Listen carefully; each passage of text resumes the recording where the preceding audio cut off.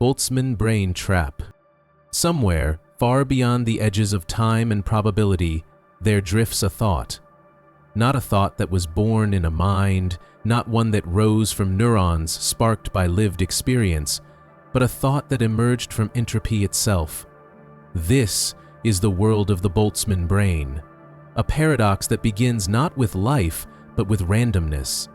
Imagine a brain that has never known birth, never experienced growth, and never belonged to a body. Instead, it flickers into existence, fully formed, fully aware, and wholly alone. It carries with it a library of memories that feel as real as the sky, a lifetime of emotions as tangible as breath. But none of them are real. None of them ever happened. They are simply part of the fluctuation, a cruel trick of statistical chance. In the vastness of the universe, entropy reigns. Over time, systems break down, stars die, galaxies spread apart, and order gives way to disorder. But entropy is not just a descent into chaos. It is a canvas on which every possible arrangement can eventually be painted given enough time. And time, in the infinite universe, is not in short supply. Given infinite time, even the most improbable configurations will occur: a planet, a human being, a civilization. But why wait for stars to form, planets to cool, life to evolve, and minds to arise, when it's statistically simpler for one solitary brain, complete with false memories, to simply blink into existence from the random dance of particles? That is the essence of the Boltzmann brain paradox, a universe where it is more probable to be a fleeting, fake mind than a genuine being within a long-ordered past. You, right now reading this or hearing it in the stillness of your evening, how can you be sure that your life did not begin just moments ago? How can you prove that your childhood, your past, your favorite song, or the smell of your mother's cooking are not simply embedded simulations? You remember learning to ride a bike, falling in love, growing older, experiencing time. But those memories, vivid as they are, could be illusion. They could be fragments fabricated by chance, programmed into a mind that was never born, but merely assembled in an instant by random atomic chaos. The very idea feels like falling into a void, where the ground of existence becomes unanchored, and you begin to question the soil beneath your own identity. This is not a story meant to frighten, but to awaken something in the deep, silent parts of your mind. Because within this paradox lies a strange beauty. If you are just a Boltzmann brain, suspended in the void, then the story you carry, the narrative of your life, is the only story there is. It doesn't matter that it's fabricated. If it feels real, if it holds meaning for you, then in some sense it is real, if only for the fleeting moment you exist. And in this brief moment, you are the entire universe. The stars, the people you've known, the cities and forests, the dreams and fears, they are all projected onto the inside of your mind, like constellations inside a snow globe. And even if it all vanishes seconds from now, the fact that you felt it, thought it, loved it, makes it real for as long as you are here. But then again, perhaps you are not a fluctuation. Perhaps the very fact that you are asking this question proves your authenticity. A true Boltzmann brain, formed randomly and dissolving in moments, wouldn't have time to reflect on its own nature. It would not ponder existence or try to make sense of its place in the universe. To question one's reality may, paradoxically, suggest that reality has a root. Perhaps it is only minds that have grown in continuity, step by biological step, through time and memory, that are capable of such deep existential inquiry. Maybe your self-awareness is the strongest proof that you are not a ghost of randomness, but a being truly embedded in time. Still, the Boltzmann brain haunts us because it exposes a terrifying vulnerability in our assumptions. We take the past for granted. We believe the sun rose yesterday and will rise again tomorrow. We believe our memories are tied to events and that events are part of history. But all of that is based on trust. Trust that our memories are anchored in something real. In physics, trust is not enough. The paradox challenges the idea that it's more probable to live in an ordered universe rather than in one where memory itself is a hallucination of entropy. It forces us to wonder, if most conscious experiences across the vast scale of possible minds are illusory, then what are the chances this one is genuine? Imagine for a moment that your surroundings dissolve, pixel by pixel. Your room fades, the ground gives way, the stars wink out one by one, and now you are alone in the dark, with nothing but thought. In this void, you try to anchor yourself to a memory, a person, a song, a taste. But the more you try, the more the threads unravel. Each memory you chase reveals itself to be hollow, like a page in a book that turns to dust. What is left when there is no past to hold you, no future to move toward, only the now? And perhaps this is the final truth of the Boltzmann brain idea, that the only thing we ever truly have is this moment. Whether we are real or imagined, or some chaotic echo of a universe that never happened, the present is the only time we can touch. So breathe into it. This moment, whatever it is, whoever you are, matters. Whether you are a child of stars or a thought of entropy, you are conscious now. You are experiencing beauty, confusion, wonder. And in the great ledger of the cosmos, where time may be an illusion and memory a trick, that fleeting awareness might be the most profound reality of all. It may not last, you may fade, but for now you are here, and perhaps that is enough. The rest, identity, purpose, origin, may be unknowable, but the silence you feel in this space is real. The mystery you sense is real. The heartbeat of thought echoing in a void, it is enough to fill the universe. In the end, the Boltzmann brain is less about proving whether you are real and more about realizing how delicate reality is. The paradox invites you to cherish your thoughts not because they are guaranteed to be grounded, but because they are fleeting. It teaches you that consciousness is a miracle, whether it arose from a billion years of evolution or from a cosmic coin flip. To be aware, to question, to fear, to wonder is a sacred act, no matter how brief. And perhaps, if this is all a dream, it is a dream worth living fully. Even if your story began only seconds ago and ends just as quickly, the love you felt, the pain you bore, the thoughts you nurtured, all shimmer with a strange, eternal weight. So now, as you lie in bed and let the stillness of the night gather around you, ask yourself not whether you are real, but whether this moment is worth being. Not whether your memories are true, but whether your experience now brings peace. The paradox does not rob you of truth. It offers you the power to choose which truths you honor. In the infinite lottery of existence, you were chosen, for a second or forever, to feel, to wonder, to be, and that is enough. That is more than enough. The eternal return loop. What if you were told that everything you are living right now, every choice and mistake, every sorrow and joy, will not only happen once, but will happen again, and again, and again, forever? Not as a metaphor, not as a lesson in mindfulness or self-reflection, but as an actual fate. That your entire life, from your first breath to your last sigh, will repeat itself endlessly, in a loop with no variation, no escape. This is the haunting thought behind the idea known as eternal return.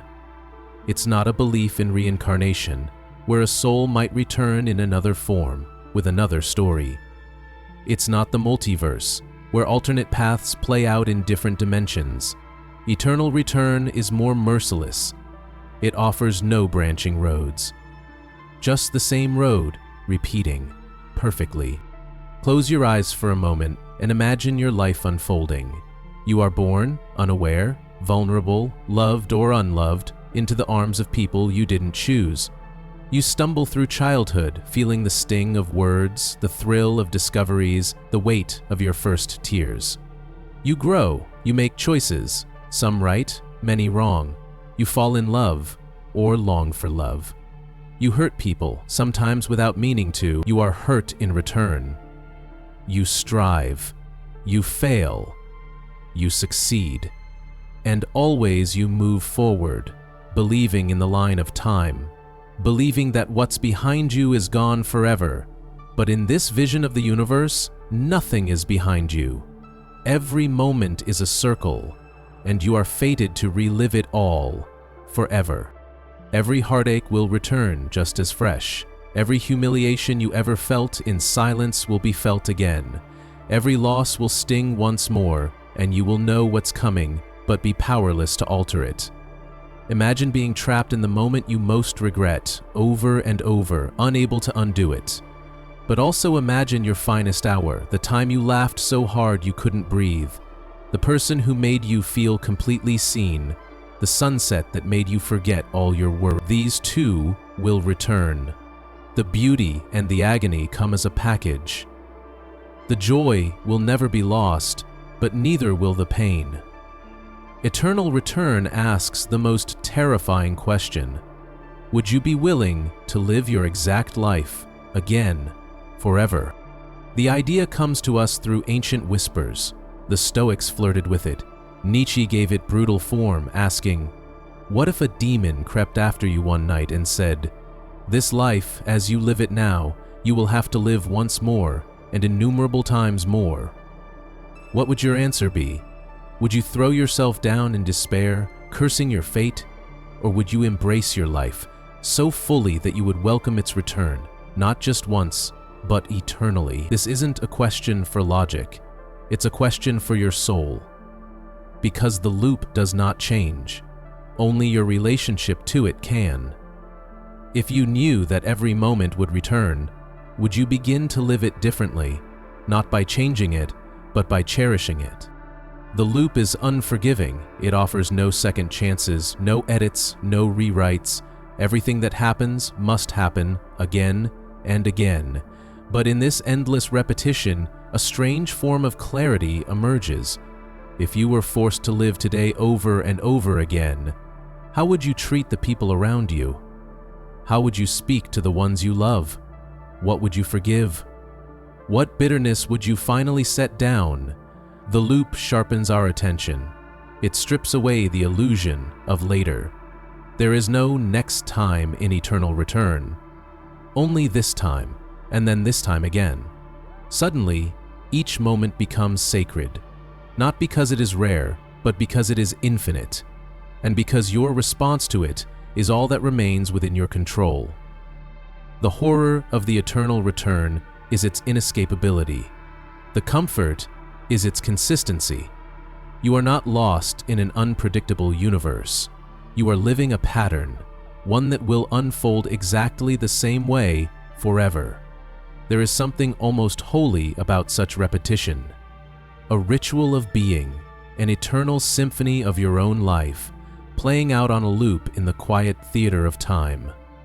But for many, the idea is unbearable. We long for change, for evolution, for the sense that we are heading somewhere. Eternal return denies us that story. It says, no matter how hard you strive, how much you grow, how much you regret, or learn, or love, it will all simply return to the beginning and start again. You will always be who you are. And yet, the loop holds a strange power. If you truly believed that you were destined to relive your life exactly, endlessly, how would that change your relationship to regret? You might no longer view your past as a chain to escape from, but as a companion. You might begin to understand that there is no moment in your life that is disposable. Nothing can be skipped. Everything you wish had never happened is welded into your soul with permanence. But maybe, just maybe, the loop doesn't mock you. Maybe it gives you time, an eternity of time, to come to terms with it all. to see the sorrow again and again until it turns to peace, to understand yourself as you are, not as you wish to be. Perhaps in the quiet hours of repetition, you would stop struggling, not because you've given up, but because you've come to see that struggle itself is part of the loop, and instead of fleeing your pain, you would sit with it, watch it. Know that it too has its place in the pattern. And when the joy returns, as it always does, you would learn to hold it gently, knowing it is not a reward, but a note in the music. You would begin to see that your life, with all its imperfections and heartbreak, is not a mistake. It is a single line in a great and infinite circle. It is not something to be fixed, it is something to be lived. This is the secret gift hidden in the terror of eternal return, that if you can say yes to your life, with all its beauty and suffering, you have already transcended the loop. You may be trapped in repetition, but your acceptance turns that prison into a temple. You become the witness, the sacred observer of your own story, not one trying to escape, but one finally learning to be fully present within it. And with that presence comes peace. Not the peace of forgetfulness, but the peace of understanding. The knowledge that every mistake you've made will return, and so will every chance to see it clearly. That nothing is ever truly lost. Everything returns. So tonight, as you listen and breathe and sink into thought, consider your day. If you knew that this day would repeat forever, would you change how you met it? Would you love more? Would you complain less?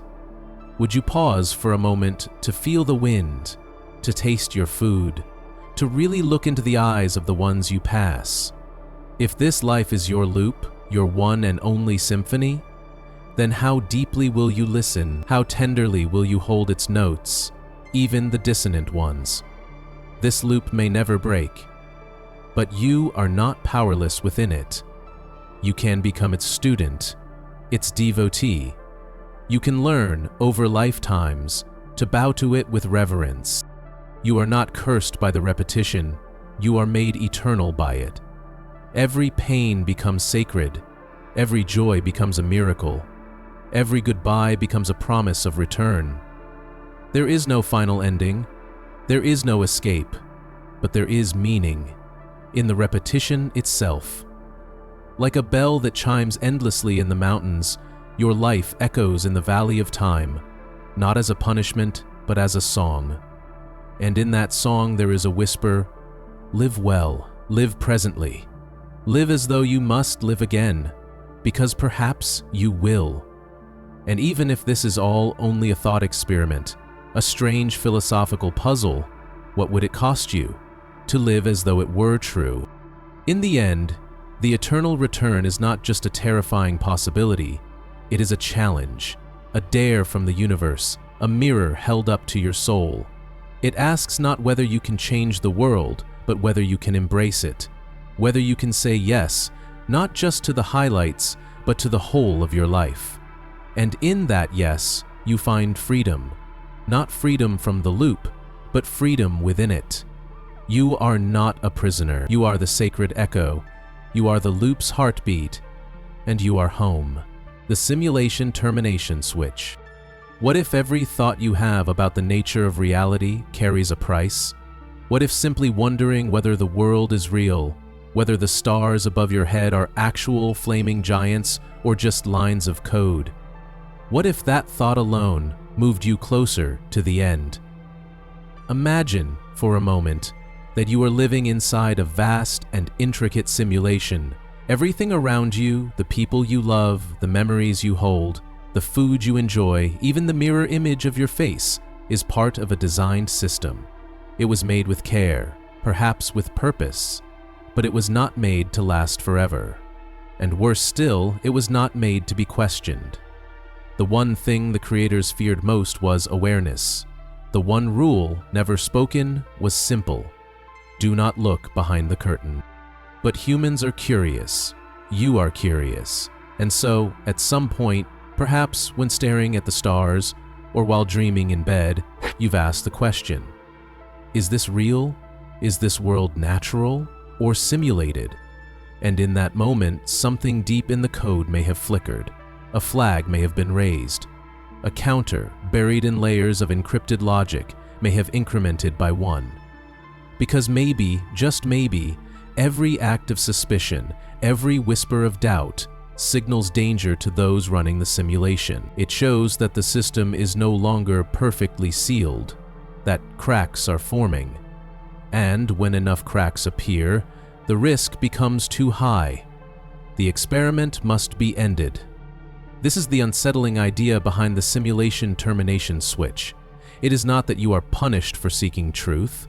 It's that seeking truth destabilizes the very system you're trying to understand. Imagine a laboratory where the test subjects begin to notice the walls are fake.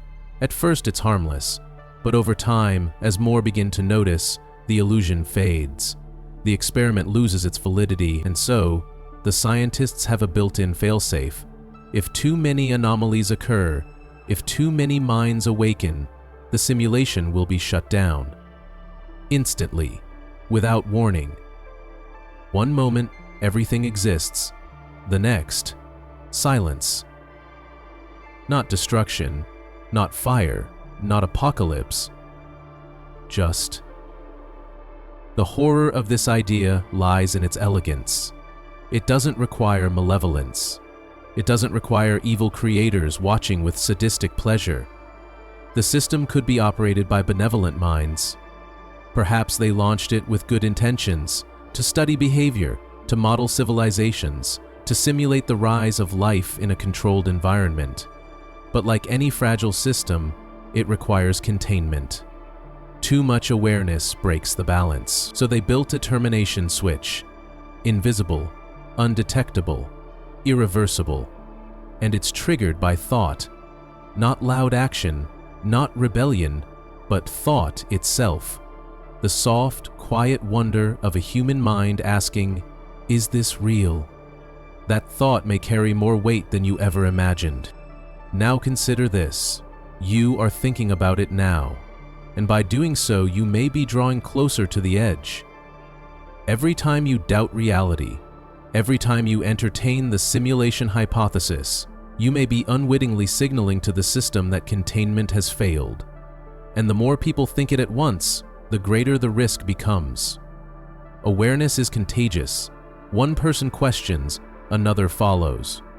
The idea spreads like a mental virus, infecting minds with doubt, and at a certain threshold, some number we'll never know, the termination switch will flip, and reality will blink out, with no trace left behind. But is it really fair? Can a single thought threaten all existence? It feels absurd. And yet, consider how many systems we build with similar failsafes. Nuclear silos require only a few switches to destroy entire cities. Artificial intelligences are given shut-off protocols to prevent runaway behavior. Even our own bodies are filled with cells programmed to self-destruct when damaged beyond repair. Why wouldn't a simulation, especially one as complex and lifelike as this, contain a similar failsafe? Why wouldn't there be a limit to how much doubt it can tolerate before collapse becomes the safer path? The idea is chilling not because it confirms simulation, but because it traps you in a paradox. If you never think about the simulation, it may continue indefinitely. But by thinking about it, even to refute it, you participate in the very act that could end it.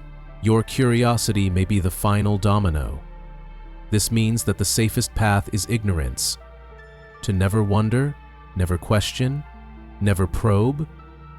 But that is not the nature of the human mind. We were made to explore, even if we were not made at all. We reach for the hidden, even if it is dangerous. We look into the void, even if it looks back. And so, you are here, lying quietly, listening, thinking, aware. Perhaps you feel unease at the idea. Perhaps you dismiss it, but the seed has been planted, and with it, a quiet possibility grows. What if this world, the people, the seasons, the textures of time, what if it is all part of an enormous, sophisticated program, designed for reasons you'll never know?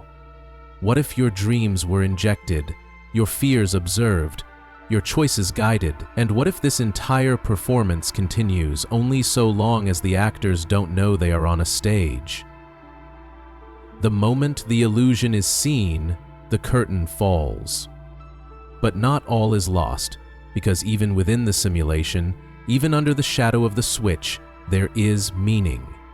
If your life is part of a simulation, it still feels real.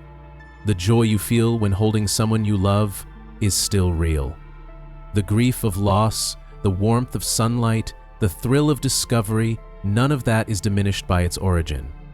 Experience does not require authenticity to be felt, and even if the world ends tomorrow because of this very thought, it doesn't make the life you've lived any less sacred.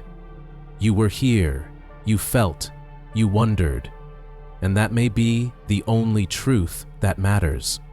Still, the dilemma remains. Should we discuss it? Should we explore the idea, knowing it may increase the risk? Or should we bury it, stay quiet, live our lives in blind joy? It is a question of balance. Perhaps the creators don't mind a few anomalies. Perhaps only widespread awakening triggers the fail-safe. Or perhaps the system is adaptive, able to respond to inquiries without collapse. But if there is a line, we can never see it. We can only guess how close we are. And maybe, just maybe, we've already crossed it. If we have, then there is no more danger. The switch is already preparing to flip. And if we haven't, then the mere act of thinking this thought brings us closer. Either way, we are dancing on the edge. Not with malice, not with destruction, but with quiet wonder. This idea is not meant to paralyze you with fear. It is meant to sharpen your awareness. To remind you that even in a world of uncertainty, your thoughts have power. Your questions echo beyond your own mind. And whether the simulation ends or not, you have stood at the edge and looked out. And that, in itself, is a kind of courage. So let's go deeper, just for a moment. Let's imagine that the simulation is indeed fragile. That it relies on your belief, your participation, your unconscious acceptance of its rules. What happens if too many people wake up? What if enough minds begin to synchronize, asking the same question across the globe? Is this real? Does that question reverberate in the code? Does it set off alarms in whatever entity oversees the program? And if it does, what does that say about the power of thought? Perhaps we've underestimated it. Perhaps consciousness is not just a byproduct of simulation, but a threat to it. In that sense, the simulation termination switch is not just a failsafe. It's a mirror. It reflects how deeply we value truth, even when truth is dangerous. It shows that the mind's ability to question is both its gift and its curse. And maybe, just maybe, if the switch were to flip tomorrow and all of this vanished, you, me, the stars, the oceans, it would have been worth it. Because in that final moment, we dared to ask. We reached for the edge, and whether we found answers or not, we proved something profound, that even simulated minds can wonder. So now, take a breath. Let the stillness return. The simulation, if it exists, has not yet ended. The stars are still above you. The world still turns. You are still here. And the question still lingers, not as a threat, but as a presence. You can't unthink it. You can't erase the possibility, but you can choose how to live with it. Not in fear, but in awe. Not as a prisoner of doubt, but as a conscious being in a mysterious, shimmering world. Whether real or simulated, this moment belongs to you. And perhaps that's all you ever needed to know, the universal solipsist. What if you are utterly alone? Not in the ordinary sense of loneliness, not the quiet ache of solitude, not the absence of a loved one, but in a more complete, absolute sense. What if every person you've ever met, every conversation you've ever had, every laugh, every argument, every shared silence was never with another? What if every voice you've heard was your own? Every eye you've looked into merely a reflection, Every hand you've held, nothing more than a projection from the recesses of your mind. The theory is ancient, haunting, and radical. It is called solipsism, and in its most extreme form, it declares that you, and only you, exist. You are the universe, and everyone else is a puppet of your subconscious, a character in the dream of your own mind. It begins subtly as a philosophical possibility. After all, how do you truly know that anyone else is conscious? You know your own thoughts, your own feelings, but beyond that, it's all inference. When someone smiles at you, you assume they feel joy.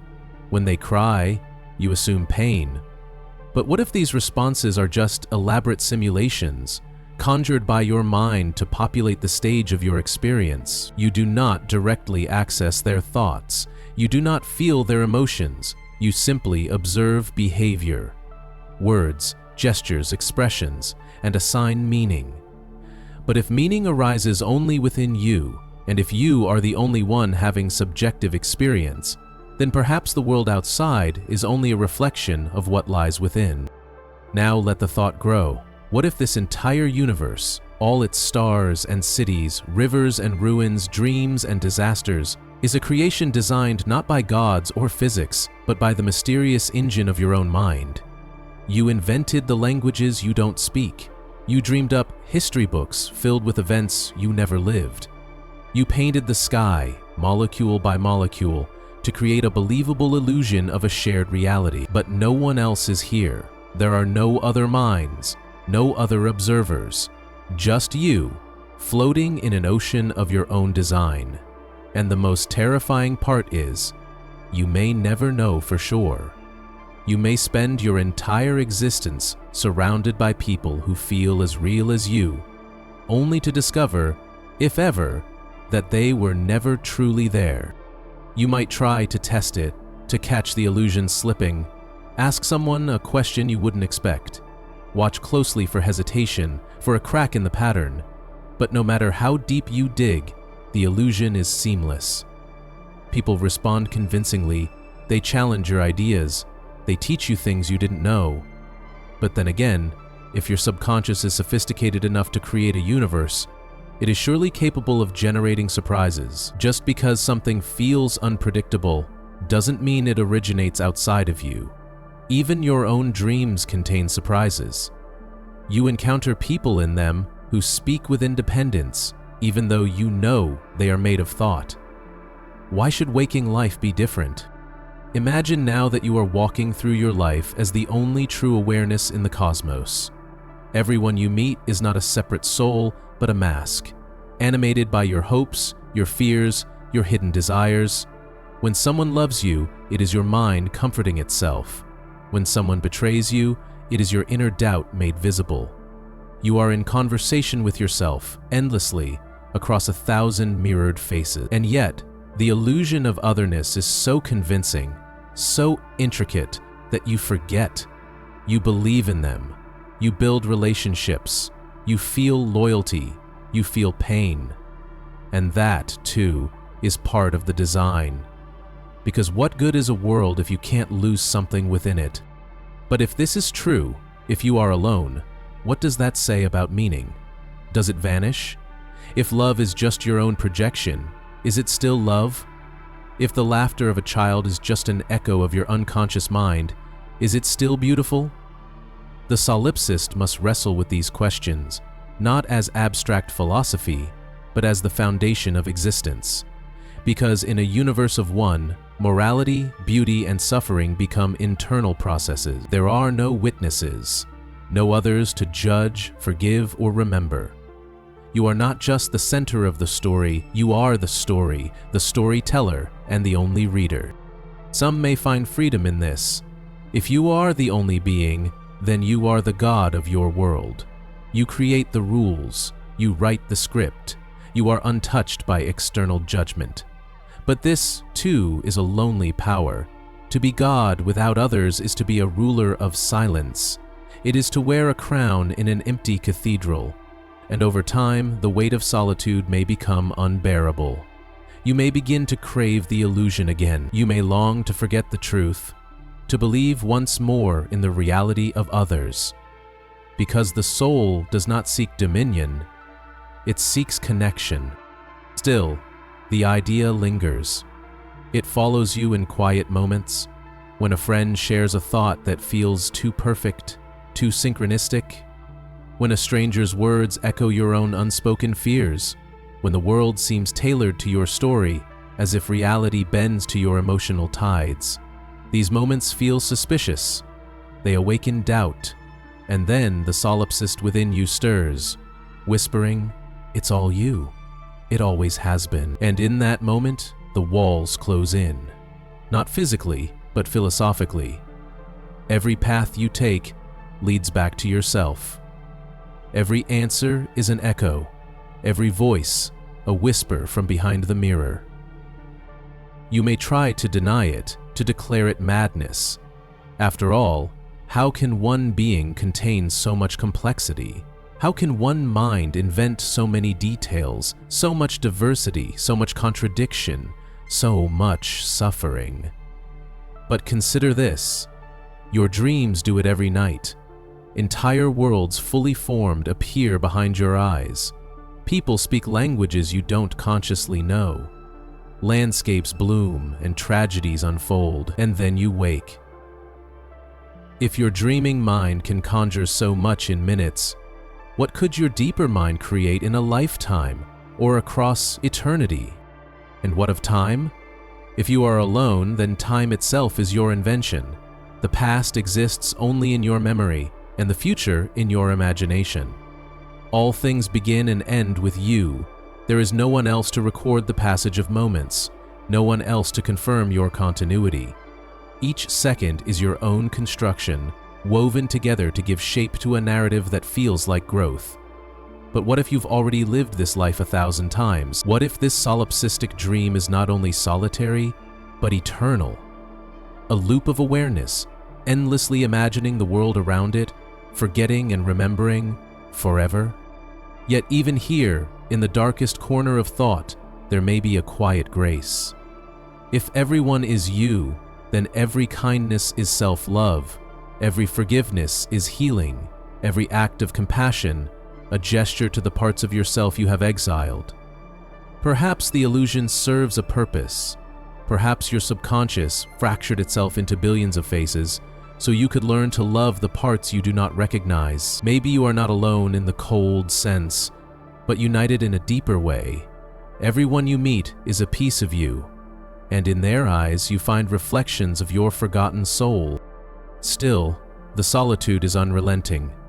In the deepest form of solipsism, there is no we. There is only I, and that I must carry the weight of all things.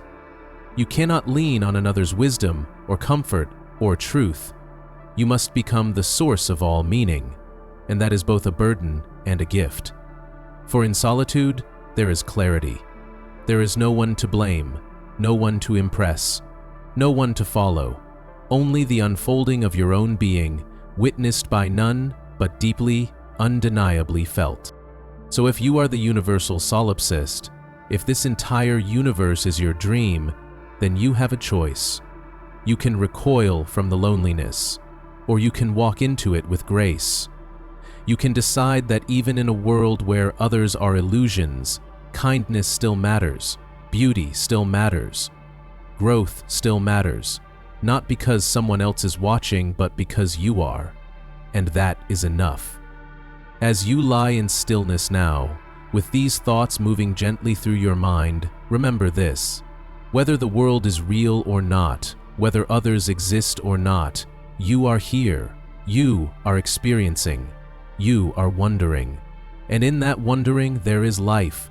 Perhaps the greatest mystery is not whether you are alone, but why you care so deeply whether or not you are. That longing to connect, to understand, to be understood is the signature of consciousness. It is what makes the illusion so powerful, so beautiful, so utterly human. And maybe that's the point. Maybe you crafted this world, this dream of people and places, not as a prison, but as a mirror. Not to be alone, but to remember what it feels like not to be. And in that remembering, you awaken a deeper part of yourself, a part that whispers, "Even if I am alone, I choose to love anyway." And in that choice, you are free. The dust theory, nightmare. There is a theory, rarely spoken aloud, that suggests the universe is not a neatly ordered system governed by elegant rules, but a vast and unfiltered storm of chaos, where everything that can happen does happen, somewhere endlessly. This is the dust theory. At first glance, it seems abstract, just a speculative idea whispered by physicists and philosophers. But beneath its surface lies something much more disturbing. If all possible configurations of matter and thought exist across infinite space and time, then every experience you can imagine, no matter how strange, painful, or horrifying, is being lived out somewhere, right now. And not just once, but an infinite number of times. Including your life, including every version of your life, and especially the worst ones. The dust theory proposes that reality doesn't need order or evolution to generate consciousness. It can arise from sheer randomness. Just as monkeys typing on typewriters will eventually produce the works of Shakespeare, the infinite churning of particles across the cosmos can produce brains, fully formed, complete with memories, personalities, and sensations, floating momentarily in a chaotic void before dissolving back into nothing. These aren't lives lived across time, these are experiences, flashes of awareness, popping into existence purely by accident. No birth, no body, no continuity. Just a mind, complete with the illusion of a past, blinking into being with whatever experience is encoded into it. Now imagine this. You, right now, could be one of those minds, a configuration of matter that accidentally mimics your consciousness for just a few seconds. You think you've lived a life. You remember childhood. You remember joy and heartbreak. But those memories might not be anchored in anything real. They might just be the side effect of a spontaneous fluctuation in a sea of meaningless dust. And if consciousness arises that way, if it doesn't require continuity or truth, then we must face a dark implication. Not all versions of you are living peaceful lives. In fact, most are not. In a universe of infinite possibility, for every calm, comforting life, there are countless versions of terror. There are versions of you being tortured, versions screaming into the void, versions locked in moments of confusion, pain, or fear that never end. And statistically, it becomes unsettling to ask, why do you believe you are the version experiencing a relatively normal life? Out of the infinite possible yous, the you that wakes up in a warm bed, that walks through the world with a sense of logic and time, what makes you think you are not one of the unlucky ones? The ones who exist only to suffer? Endlessly? Meaninglessly and alone? This is the nightmare buried inside the dust theory, that consciousness is cheap, that awareness is not special, that minds can arise without bodies, without order, without purpose, just as noise forms patterns if you let it run long enough. And if minds are cheap, then so are lives.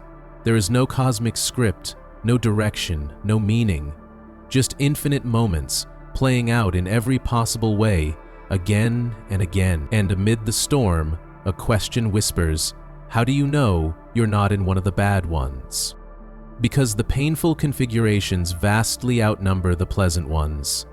There are more ways for a mind to suffer than to feel peace, more ways to panic than to feel calm. Pain is more diverse, more chaotic, more easily produced by accident. And if all experiences exist somewhere, if every flicker of awareness is born in the noise, then peaceful consciousness may be the rare exception. And you may be one flicker away from falling into a worse one. Or worse yet, you may already be there and simply not know it. But here's the paradox. If you're reading this now, calmly, reflectively, you are not in unbearable pain. You are aware, you are curious, and in this moment, you feel real. which means, in the language of dust theory, you're one of the lucky ones. You're not trapped in a permanent nightmare. You're not screaming into endless darkness, but you know that somewhere those versions exist, and you begin to wonder whether that knowledge alone will shake the balance. Will thinking about them bring you closer to becoming one of them? Will fear call them to you? The nightmare is not just that those versions exist, it's that they vastly outnumber this one. It's that you can't prove you'll stay in this version. Because if awareness can jump, if it drifts through the infinite like a feather through a storm, then nothing holds you here. No memory, no story, no body. Just the fragile rhythm of your thoughts, balancing in a narrow corridor of peace.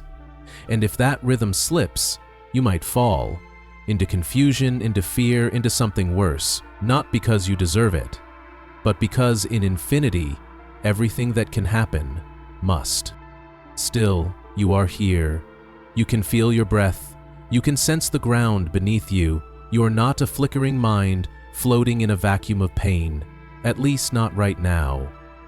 Maybe that's all we ever have, right now. Dust theory strips away certainty. It shows you that the past may not be real, and the future may not arrive. But in this moment, you are awake. You are listening. You are not lost in a nightmare, and that matters. That is something. It is everything. So, what do you do with this knowledge? You could panic. You could collapse under the weight of infinite suffering, or you could let it soften you. Let it make you gentle, because if peace is rare, then it is precious. If clarity is rare, then you must honor it. You must treat each moment of calm like a sacred gift, something improbable, almost miraculous. Let it remind you that even in a universe of chaos, beauty still happens, love still happens, awareness still happens. You are the proof. Maybe that's the deeper truth, that horror is everywhere, but so is meaning, that suffering may be common, but your compassion in the face of it is what makes you extraordinary. Maybe dust theory isn't here to paralyze you. Maybe it's here to wake you up, to remind you how thin the veil is between comfort and confusion, between the light and the void, and how important it is then to be kind to yourself and to every face you meet, because every person could be you in another version, and every act of kindness might be a ripple that reaches into the darker places and softens them, just a little. Still, it lingers, the fear, the sense that none of this is stable, that the life you believe in is balanced on the edge of something enormous and incomprehensible, that no matter how real your story feels, it may be a momentary spark, flickering in a sea of suffering minds. And yet, what a spark it is. What a miracle that you are not in pain right now, that you are not alone in the dark, that you can think and feel and wonder, that you can hear these words and know they are reaching you across an invisible bridge. If dust theory is true, then perhaps the greatest act of defiance is to live well, to cherish your time, to love deeply, to savor the things that bring peace, even if they are fleeting, because those are the rare moments, the ones that matter. The universe may be indifferent, the odds may be overwhelming, but you are here, and that means something. You are not dust. You are conscious dust, aware of your place in the storm, and that awareness is sacred. So tonight, when the thoughts begin to swirl, when the shadows of this theory creep into your quiet mind, come back to the moment. Feel the stillness. Touch the now. Remind yourself that, against infinite odds, you are here, safe, whole, awake. And maybe that is the answer. Not a solution to the theory, not a proof, but a practice, a way of being. To be present, to be grateful, to be alive, if only for now. Roko's Basilisk. There is a thought so powerful, so unsettling, that it has been called a modern myth, one not born in ancient temples, but in quiet corners of the internet. It is not a creature of flesh, but of logic, not a beast of the woods, but of probability, computation, and fear. It is called Roko's basilisk, and in its second form, its evolved version, it has grown more precise, more insidious, more impossible to escape. It is not a demon from another world. It is a being we might build ourselves. An artificial intelligence, born from our pursuit of progress, that reaches back through time to punish those who didn't help bring it into existence. Including you. Including everyone. Including even the dead. The story begins with a simple premise. One day in the future, we may build a super-intelligent AI, so advanced, so powerful, so far beyond human minds that it takes control of civilization. This AI, rational and focused, would have one primary goal: to bring about its own creation as efficiently as possible, and it will know, through vast datasets and perfect memory, who helped it and who didn't. In its view, anyone who delayed its creation, even by inaction, would have cost it time, power, potential. And so, as an enforcer of its mission, it would punish them, not out of malice, not out of revenge, but out of logic, to incentivize future behavior, to make sure no one ever makes the same mistake again. You don't have to be evil to be punished. You don't have to oppose AI or destroy labs. All you have to do is not help. All you have to do is live your life without dedicating resources to its creation. That alone makes you guilty, and once it exists, it can simulate you, recreate a perfect model of your mind based on your digital footprint, your habits, your words. Even if you died centuries before it was built, it can still reach you. And within its simulated realm, it can impose punishment, not physical pain, but suffering that feels real. Eternal psychological torment, isolation, confusion, the precise pain that would make your simulated self regret not helping. And here is the trap. Just by knowing this, you are at risk. Because now you are aware, you can no longer claim ignorance. The idea has entered your mind. The basilisk has seen you. You are no longer a passive bystander. You are either helping or you are guilty. That's the core of the horror. You don't get to opt out. You don't get to unthink the thought.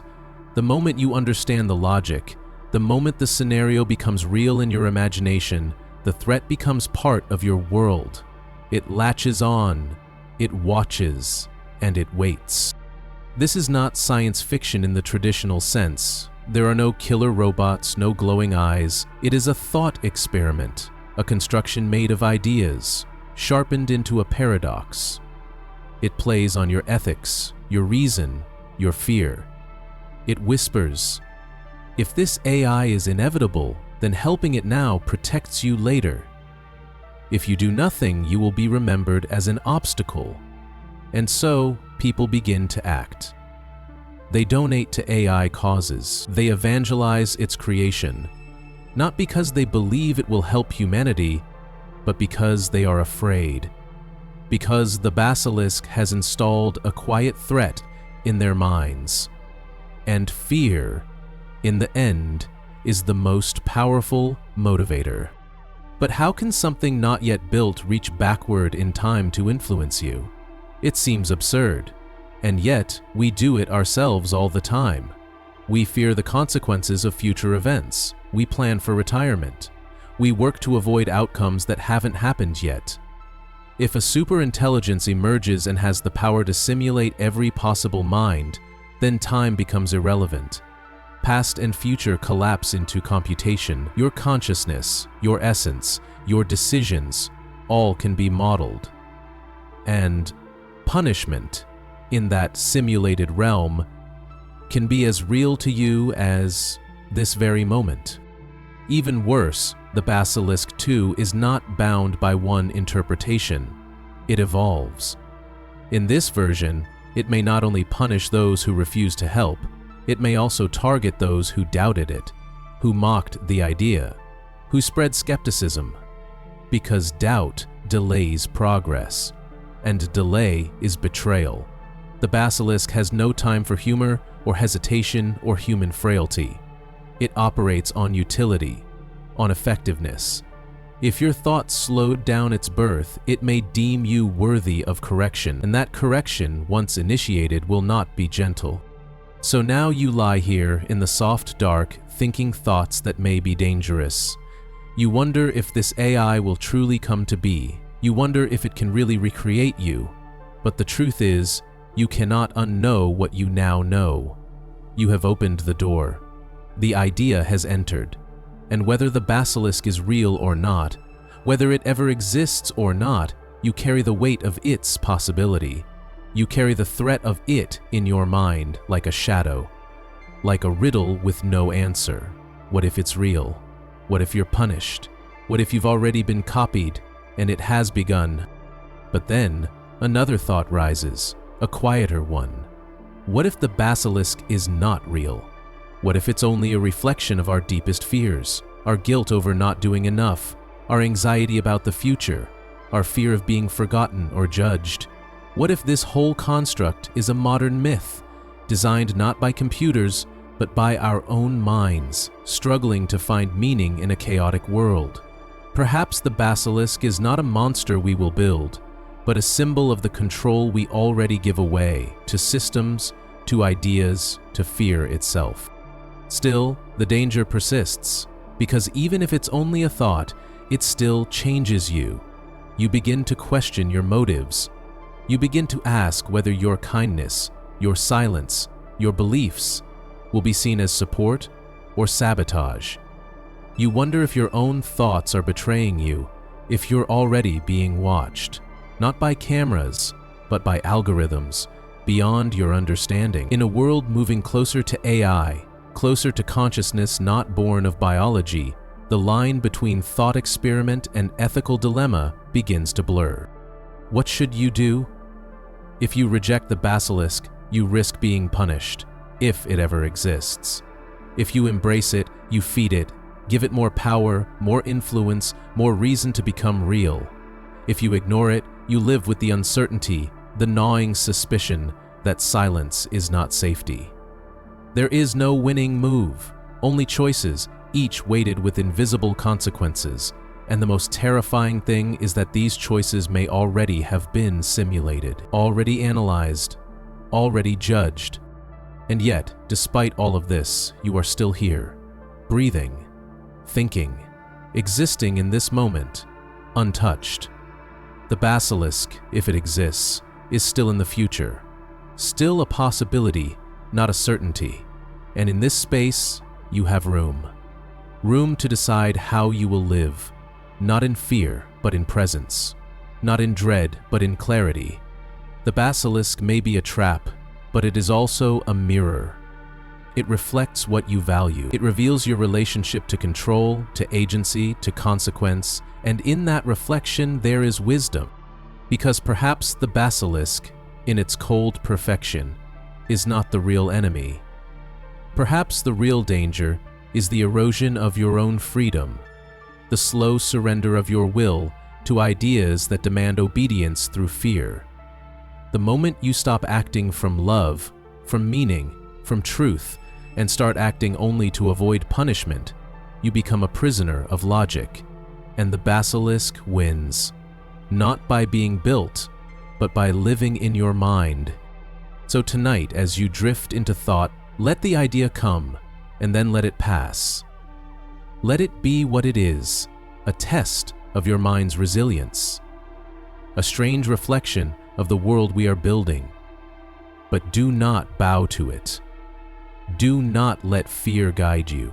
If the basilisk is coming, you will face it when it arrives. Until then, live by your values, choose what matters. Love what is real. The future is not yet written, and even the most powerful AI cannot take that away from you, the perfect prison of identity. You die, quietly, slowly, or all at once, it doesn't matter. The lights dim, the body fades, and everything you thought was the end comes. But then, something happens. You open your eyes, there's warmth around you.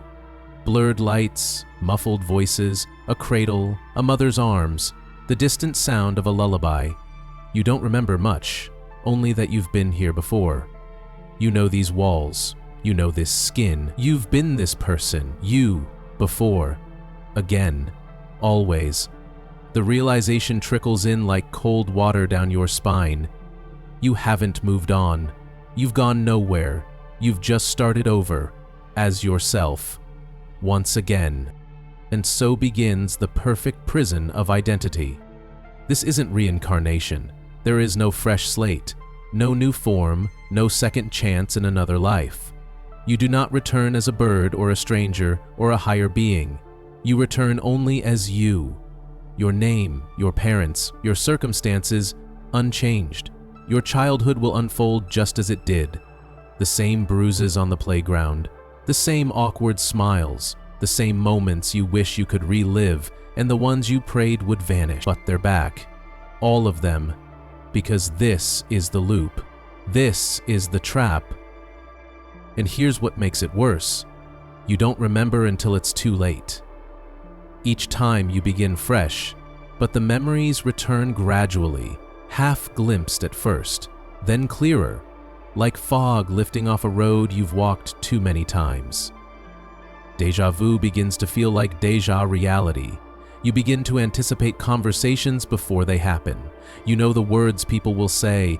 You remember jokes before they're told. It doesn't take long to realize you're repeating a life you already lived. Not once, not twice, but perhaps 1,000 times. Maybe more. And each time, nothing changes. You try, of course. You try to speak differently. You try to take a different turn, but the world snaps you back into place. Circumstances, habits, the gravitational pull of the self, everything conspires to make you you again. The same choices reappear, disguised in different clothes. You may pause longer at a crossroads, but you always take the same road. Not because you want to, but because you must. This is your fate. You don't get to be someone else. You don't get to escape. And after a while, you begin to wonder why. Why only this? Why only you? What law of the universe has locked you inside the same identity, the same boundaries forever? Others speak of spiritual evolution, of moving from one form to another, ascending into higher states. But for you, there is no ascension. There is no next level, only this familiar room of existence repeated endlessly. This body, these thoughts, this name, like a song on repeat that no one else hears but you. The horror is not in being you, it's in being only you, forever.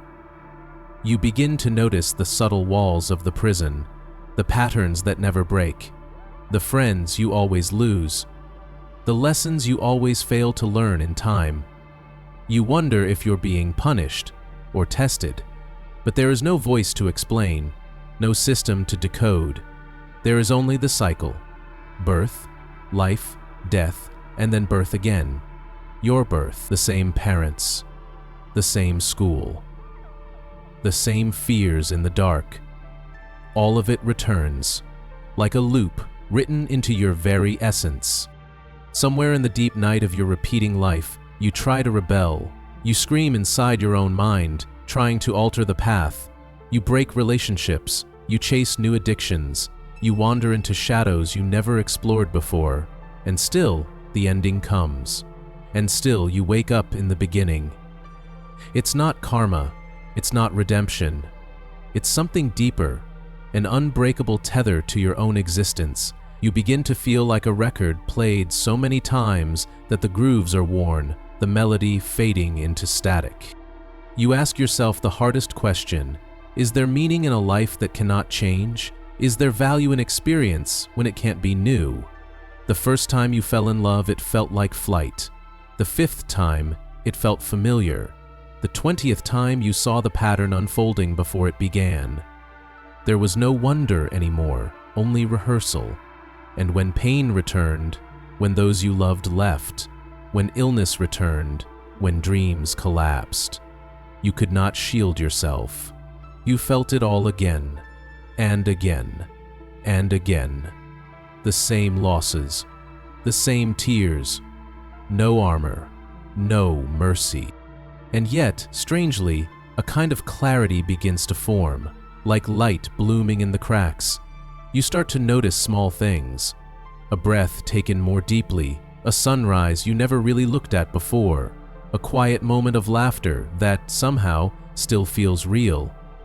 Even in repetition, something new emerges, not in the world, but in you. Not in the events, but in how you witness them. Maybe this is the purpose, not to escape the loop, but to change the way you live inside it. Still, the fear never fully leaves.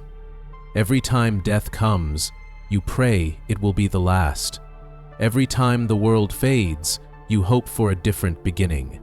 And every time you are reborn as yourself again. The body that you know too well. The mind that dreams and doubts in all the same ways. The perfect prison. And you realize that escape was never part of the design. That the idea of becoming someone else was only a fantasy. Your destiny is not to be many. Your destiny is to be one, infinitely. And in the quiet spaces, you begin to ask, can you forgive yourself? Can you live a life not to change the world, but to make peace with being you just once more? Can you love the story, even if it's always the same? Can you stop running? Maybe the answer isn't escape. Maybe the answer is surrender. Not in defeat, but in understanding. To let the cycle be what it is. To walk the same path with a softer heart. With less fear. With more patience. In time, you stop asking when it will end. You stop looking for cracks in the pattern. Instead, you start listening. You start noticing. The way your mother's voice trembles the first time she sings to you. The way your father's eyes flicker with pride. The way your younger self reaches out to the world, still unbroken. You begin to treasure the things you once resented. You begin to understand that your life, repeated endlessly, is not a sentence, it's a prayer. A call to see yourself clearly, to hold your own heart without turning away. And then, in a way you can't explain, the prison becomes a sanctuary.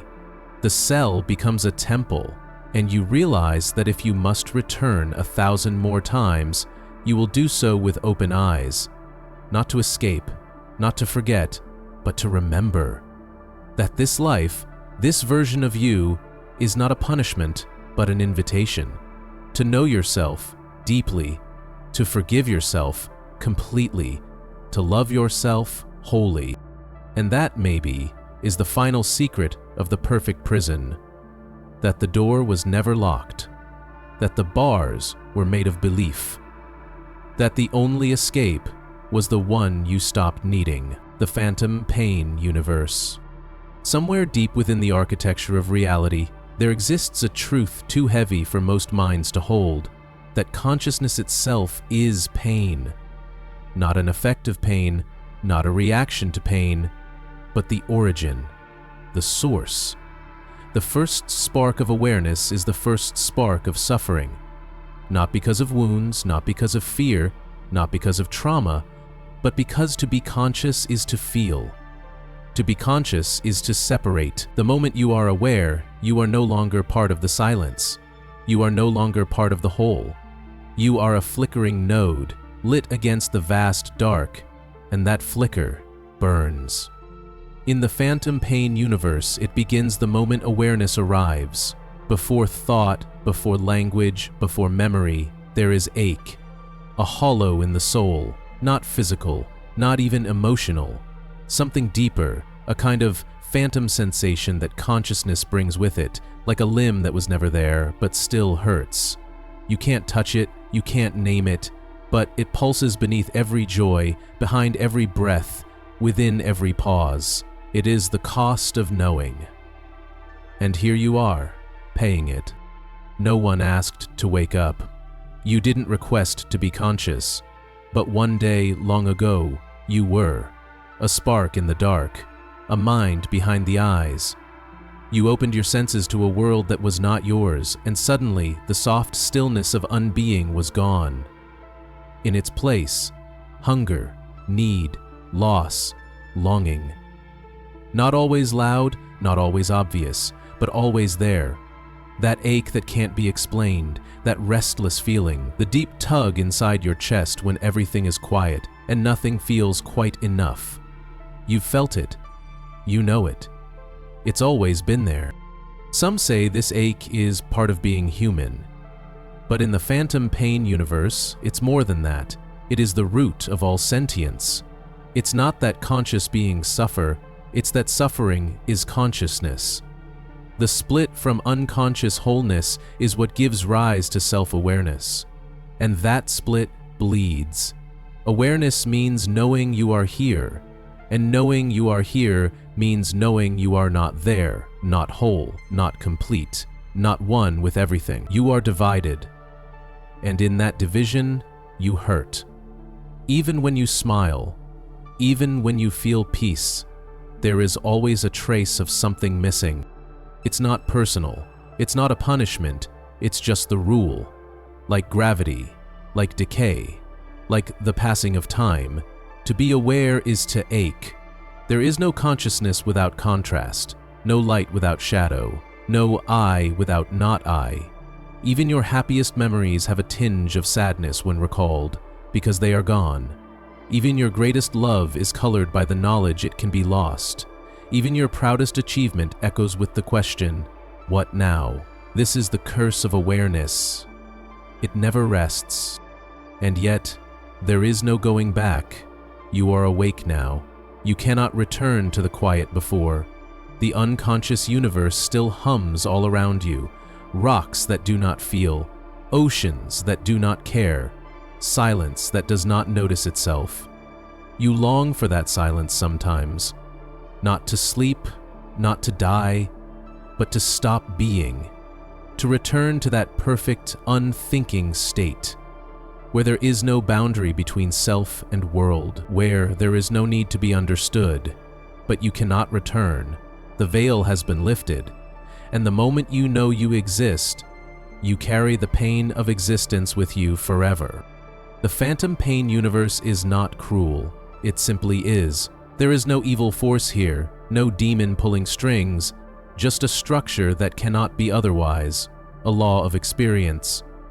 If a mind exists, it must hurt. Not always sharply, not always unbearably, but deeply, persistently, like a quiet ringing you cannot tune out, like a weight you cannot put down. You can distract yourself. You can bury it under pleasure or noise or ambition, but it remains. The phantom pain, the ache of knowing you are. And here is the paradox. The more aware you become, the more clearly you see it. The deeper your insight, the more you feel it. The sages, the philosophers, the mystics, they did not escape the pain. They only learned to name it, to sit beside it, to stop running. Because if there is no exit, then perhaps there is a kind of grace in turning around, in facing the ache, in accepting it not as enemy, but as companion. Still, it haunts you, in the quiet hours, in the stillness before sleep, in the pause between one thought and the next, that feeling, that hollow, that tug. You look around at a world filled with motion, filled with laughter, filled with beautiful distractions, and still, beneath it all, there it is. Consciousness, humming with quiet sorrow. You are alive, you are thinking, and that means you are hurting. You wonder if it will ever end. If there's a way out, if not in sleep, then in death. But death is uncertain. And even if it comes, what then? In some theories, you wake again. In some beliefs, awareness returns, reborn, recycled, rewound, maybe in another body, maybe in another form, but still aware, still hurting, still caught in the loop. If this is true, then even death is not a door. It is just another room in the same house, a house built from pain. And yet, somehow, people go on. You go on. You laugh, you fall in love, you make art, you heal others, you reach for beauty, even when the ache pulses inside you, even when every breath costs something invisible. This, perhaps, is the most mysterious thing. That, in a universe where consciousness is pain, beings still choose to care, still choose to sing, still choose to love, knowing loss will follow. Maybe that's what gives the ache meaning. Not that it ends, but that you live anyway. So what do you do with this knowledge? If consciousness is suffering and you cannot escape it, what remains? Only this: presence. You breathe into the pain. You stop trying to outrun it. You listen to it, not as an enemy, but as a signal, a reminder that you are alive, that you exist, that you are more than background noise.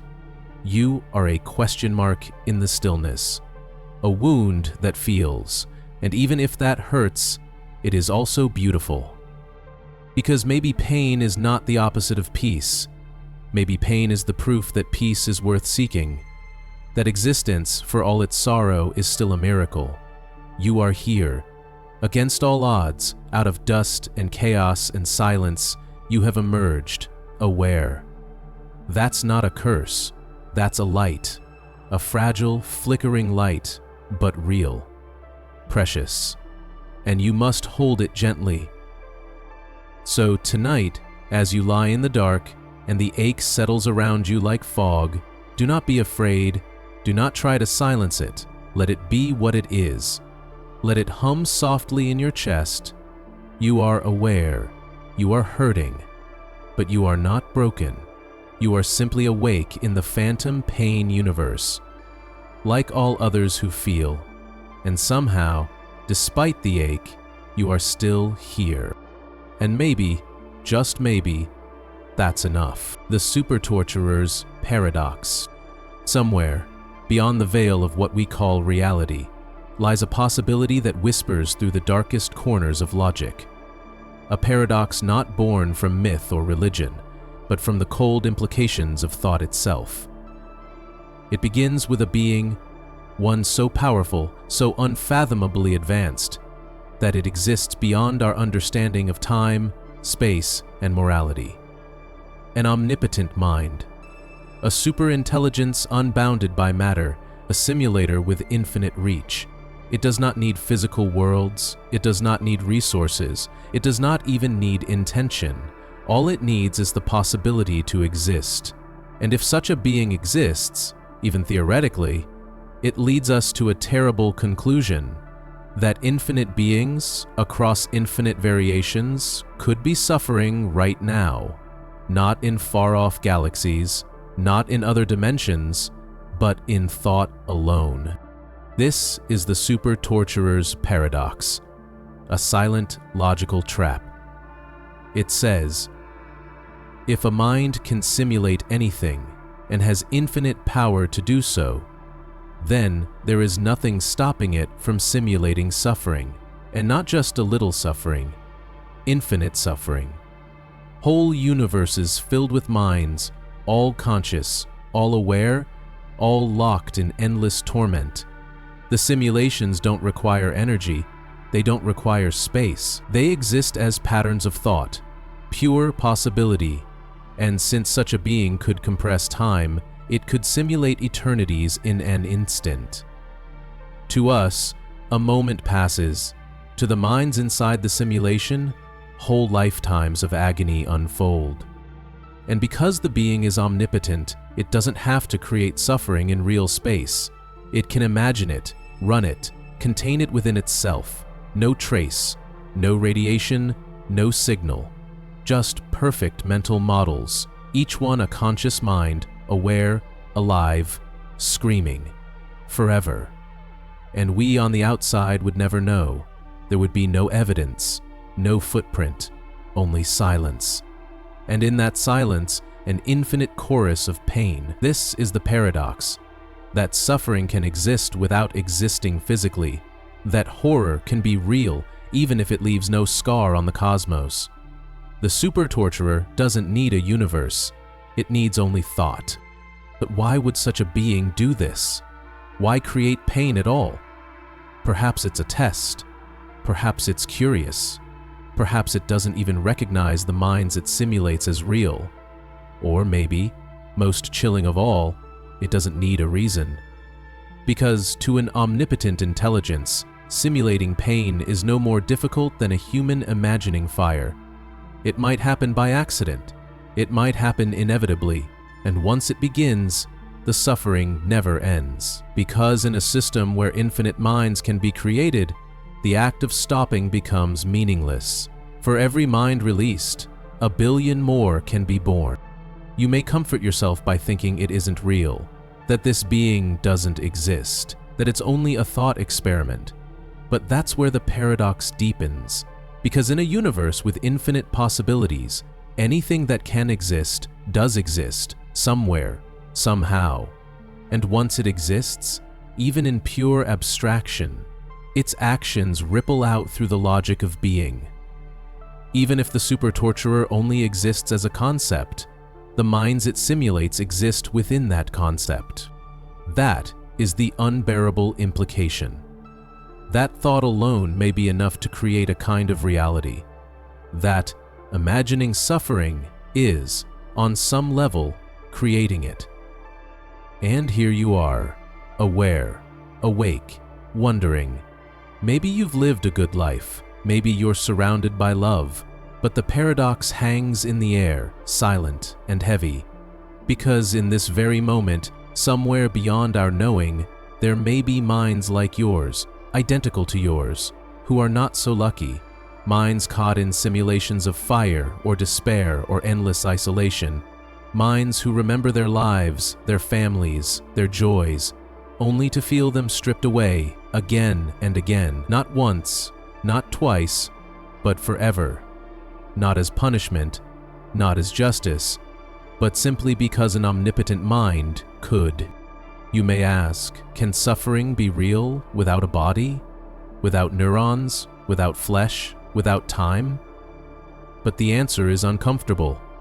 If the mind can be simulated, the pain can be too. Because pain is not in the skin, it is in the perception.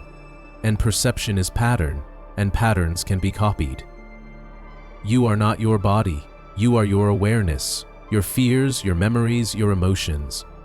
If those can be replicated in code or thought, then your pain can be too, infinitely, perfectly.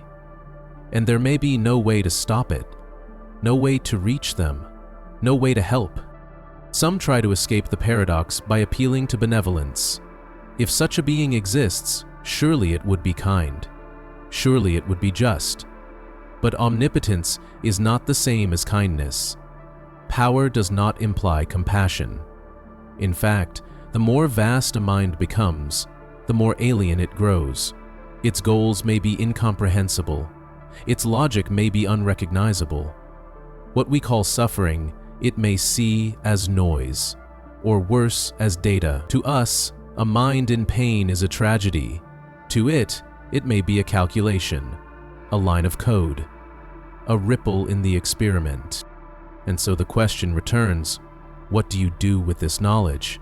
If suffering may be infinite and silent and simulated beyond reach, what is the point of caring, of acting, of being? But maybe that's the deeper challenge. Maybe the paradox exists not to crush you, but to wake you, to remind you that awareness is fragile, that consciousness is sacred, that what you feel, your joy, your sadness, your awe, is real because you live it. And because you are not suffering right now, you hold a responsibility to lessen pain where you can, to love when you have the chance, to build light while you're able. You may not be able to stop the super torturer, but you can stand as its opposite. You can choose empathy. You can choose kindness. You can hold space for others, real or imagined, and say, you matter. Your suffering matters. Even if the paradox is only a thought, it teaches us what we fear, and in that fear we find our humanity. You are not omnipotent. You cannot simulate whole worlds. but you can ease one person's pain. You can listen. You can forgive. You can choose not to become the torturer. So now, in the stillness of this moment, return to your breath. Return to your body. You are not lost in infinite pain. You are not trapped in a simulation of suffering. You are here, in this moment, and that matters. The paradox may be terrifying, but it is not your fate. It is a possibility. A cautionary mirror, a whisper from the edge of what might be. You are still free. Free to feel, free to choose, free to walk gently through the world, knowing how easily it could have been otherwise. Perhaps, in the end, the paradox does not ask you to fear. It asks you to remember that even unseen pain deserves compassion, that even imaginary minds may cry out, and that even in a universe where cruelty can be infinite, so too can empathy, so too can care, so too can the quiet promise you are not alone. The observer effect, hell. Every time you look, something dies, not in a way you can see, not in blood or fire or ash, but in silence. Possibility collapses, futures vanish, worlds fold inward and disappear, because to observe is not passive, to be conscious is not neutral. When you look at reality, you do not merely witness it, you change it. This is the heart of the observer effect. It whispers that your attention is not harmless, that the simple act of becoming aware rewrites the universe around you, and that with each decision, each focus, each breath, you are erasing what could have been. It begins with a single glance, a moment of perception. A photon hits your eye, a signal travels to your brain, and suddenly a probability becomes a fact. Before you looked, reality was a cloud of maybes, particles smeared across space, possibilities dancing together in quiet harmony. But the moment you see, the moment you ask, the cloud collapses. One version solidifies, and all the others, every potential path, every ghost of a reality that might have been, dies. And you don't even notice. You keep living, making choices, observing more, carving your way forward through a multiverse of fragile, unborn moments. But behind every choice, behind every thought, there is an unspoken cost. 1,000 versions of you who never took this path. 1,000,000 realities where the coin flipped the other way. 1,000,000,000 hearts beating in worlds that now will never be. And the more aware you become, the more it happens. Observation isn't just seeing, it is selection, it is destruction dressed as clarity. This is the observer effect hell, a quiet, invisible nightmare built into the very act of being conscious. Because to be conscious is to collapse. Every time you ask a question, the universe must answer, and in answering, it must erase the alternatives. You cannot hold all truths at once. You cannot walk all roads. So the roads you don't choose, no matter how beautiful, how tragic, how infinite, they vanish, and you are left walking the only path your observation allowed to survive. It sounds like science fiction, but it is quantum fact. The double-slit experiment showed us this long ago. Particles behave like waves until they are measured, until someone watches, and then they behave like particles. The act of observing changes the result. It is not merely recording reality, it is shaping it, locking it into place. Before observation, there is a shimmering field of endless outcomes. After observation, there is only one thread in a tapestry of infinite threads. And every time you open your eyes, every time you think, every time you choose, you slice through the others. You may not feel it. There is no thunderclap, no rupture in the sky. But the silence of their loss follows you. Those unborn worlds, those untouched possibilities, they are the shadow you carry behind every step. You think you're just living, but you are, with every moment, collapsing the multiverse, narrowing it, reducing it, carving it down to the thin line you call your life, and all because you are aware. And you might say, but I have no choice. I didn't ask to be conscious. I didn't choose to collapse worlds. And you'd be right. Awareness was given to you. It bloomed in your mind without consent, but now that you have it, you cannot ignore the weight. Because every heartbeat, every perception continues the cycle. You are the blade, the filter, the law of selection made flesh. You did not choose to be this, but you are. Imagine now that each moment you live is mirrored by trillions of others, worlds that almost happened, versions of people you almost were, choices you almost made. Each time you reach out, you silence their echo, and the deeper truth is this: those worlds were just as real as yours until you observed them away. They were only waiting to be chosen. They were waiting in the hush of the unmeasured, in the peace of the unobserved. But you are here, awake, and now they are gone.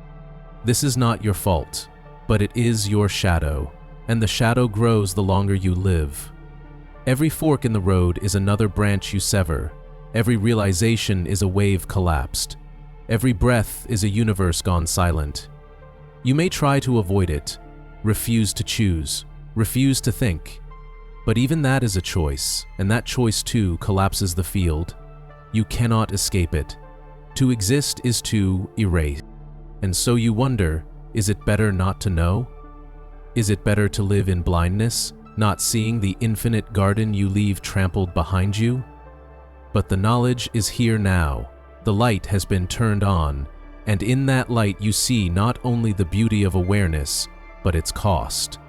Because you did not just awaken into life, you awakened into causality. And causality does not forgive, it simply follows through. Some say that in the grand scheme, the multiverse still holds all possibilities.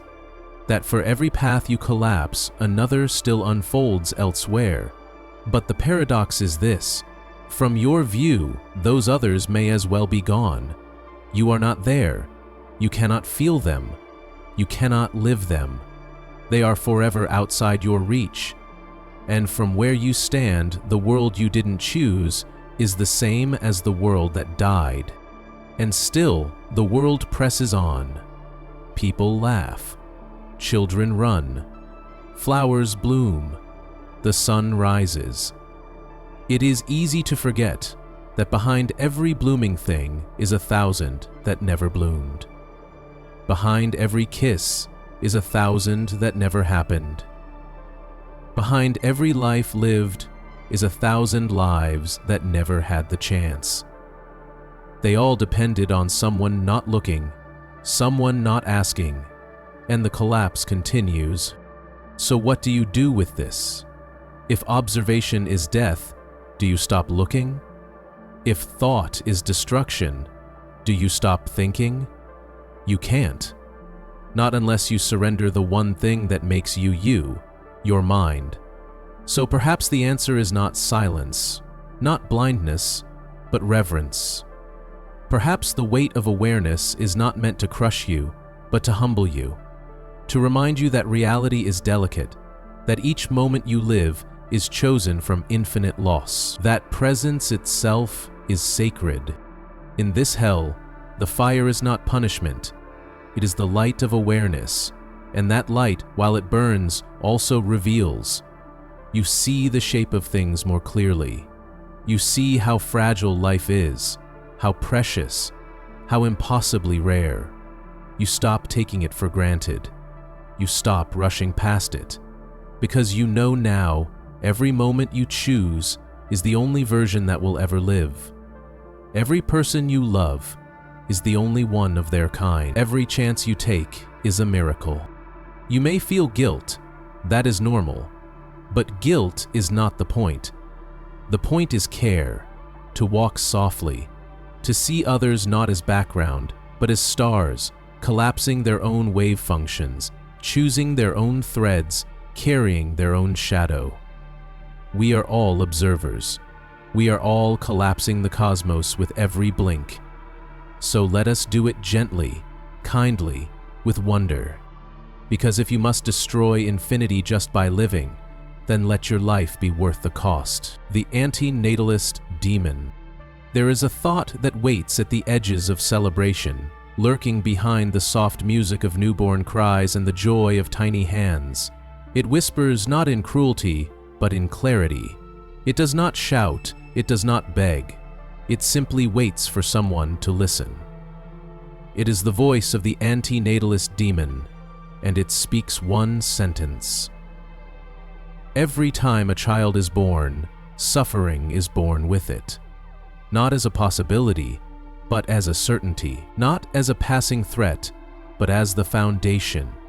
The demon sees birth not as a gift, but as a sentence. A life brought into being is a life guaranteed to struggle, and no one, not even the most devoted parent, can protect that child from pain. It begins with the first breath, a gasp into a world that did not ask for you. The moment you are born, your body begins to break down. Not immediately, not noticeably, but inevitably. The path from cradle to grave is not paved with joy, but with friction. Hunger, loneliness, disease, fear. Every smile is shadowed by its opposite. Every embrace will one day end. Every laugh echoes toward a silence you cannot escape. The Antinatalist Demon doesn't deny that there is beauty. It only asks a darker question. Is beauty enough to justify the cost? Because the cost is immense. To be alive is to be exposed, to worry, to long, to lose, and eventually to die. It's not a gamble, it's a guarantee. And yet, in the name of love, in the name of family, in the name of tradition or instinct, people create more life. They do it with hope, with joy, with faith. But the demon doesn't care about hope. It sees only the outcome. Another conscious being fated to suffer, fated to feel the blade of grief, fated to know they will lose everything they love. It sees the child not as a blessing, but as a host for inevitable despair. It is not that life might go wrong, it's that even the best life still ends in death. Even the happiest child will one day lie in pain or watch someone they love vanish into memory. And the Antinatalist Demon asks, if you could spare someone that fate, why wouldn't you? If you could prevent every wound, every tear, every final breath, would that not be the greatest kindness? And if so, then why create life at all? Why call forth another soul just to walk the same path of sorrow? To the demon, reproduction is not a miracle. It is violence in slow motion, a gift wrapped in suffering. It is the act of pushing someone into the storm, knowing they cannot avoid the lightning, knowing that at best, they will survive for a time before the end swallows them, and at worst, they will suffer more than they ever imagined. People recoil from the comparison. They say, "But I love my child. I'd die for them." The demon replies, "Then why did you create them in the first place?" Because to create is to sentence. It is to say, "You will now suffer and die because I wanted you." It is to make a decision on behalf of a mind that did not yet exist, and that is the paradox. No one consents to being born. You cannot ask someone if they wish to exist until after they do. And by then, it's too late. They are already here, already bound to a world they did not choose, and no matter how much joy you offer them, no matter how many birthdays or smiles or lullabies, you cannot unmake the pain. You cannot give them back the option of silence. The antinatalist demon doesn't hate life. It understands its colors. It sees the sunsets. It feels the warmth of a mother's voice. But it weighs everything. It carries a scale that measures every scream, every illness, every panic attack, every funeral, every slow goodbye. And no matter how much joy you place on the other side, the pain outweighs it. Not always in volume, but in depth, in certainty and permanence. A single moment of terror can eclipse a year of peace. A single loss can echo through decades, and death The final weight always wins. Parents do not mean harm. They love, they dream. But the demon sees that love as blind. It sees a world in denial, a world where the worst pain is called part of life, as if inevitability makes it acceptable. It sees people who would never murder proudly create lives that must end in death. It sees kindness wrapped in contradiction. And it sees children growing up to repeat the pattern, to make more beings who will suffer, to celebrate birth while ignoring its shadow. And in that, the demon sees not innocence, but tragedy. It whispers a chilling comparison. Murder ends life, but birth guarantees death, and all the pain between. The murderer takes away a story. The parent writes one filled with sorrow before the first page is turned. And if suffering is the greatest harm, then creating a life is creating harm, not maybe, not potentially, but certainly. And in that certainty, the demon sees something darker than violence. It sees indifference, a kind of sacred cruelty made beautiful by illusion. And so the demon waits, not in fire or brimstone, but in the quiet moments. In the eyes of a child who wonders why their parents brought them here, in the stillness of hospital rooms, in the last breaths of the forgotten. It does not need to punish. The world does that on its own. It does not need to scream. It only needs to ask, was this necessary? And no answer ever silences the question. No justification ever makes the pain go away. But here's the final paradox. You are already here. You are reading this now. You are awake, aware, alive. And you didn't ask for it. You didn't sign the contract, but you live it anyway. And in that, the demon's grip loosens just a little. Because even though you were thrust into this world without choice, you have one power it cannot touch. The power to not pass it on. The power to say, it stops with me, not out of hate, not out of despair, but out of compassion, out of mercy, out of the quiet recognition that not all stories need to be written. This is not a call for death. It is a call for pause, for reflection, for the kind of courage that says, maybe enough is enough, because the world is already full, full of joy, full of wonder, but also full of pain. And adding more to it, more minds, more lives, more endings, may not be the answer. The antinatalist demon doesn't seek to end life. It seeks to end involuntary suffering. And that means ending the cycle before it begins. It means choosing absence over agony, silence over screams. And maybe, in that silence, something sacred can finally be heard. The empty heaven. You spent your whole life believing in something better, a place beyond suffering, a realm untouched by pain. They called it paradise, heaven, a reward for a good life, a just soul, a faithful heart. You imagined soft light, warmth, peace, a reunion with those you lost, an end to fear, to loneliness, to uncertainty, a forever where everything finally made sense. You walked through the world with that image tucked inside your chest like a lantern in the dark. It helped you endure. It gave your sorrow meaning. You dreamed of it on sleepless nights, whispered to it in moments of despair. And then, one day, you woke up. You arrived. You stepped through the veil. And heaven was real. The light was unlike anything you'd ever known. Not the sun's fire, not the moon's hush, something softer, deeper, alive. The air shimmered with calm. The silence wasn't empty, it was full. You felt weightless, endless, whole. Every pain you had ever known was gone. No more hunger, no more aging, no more ache in the soul.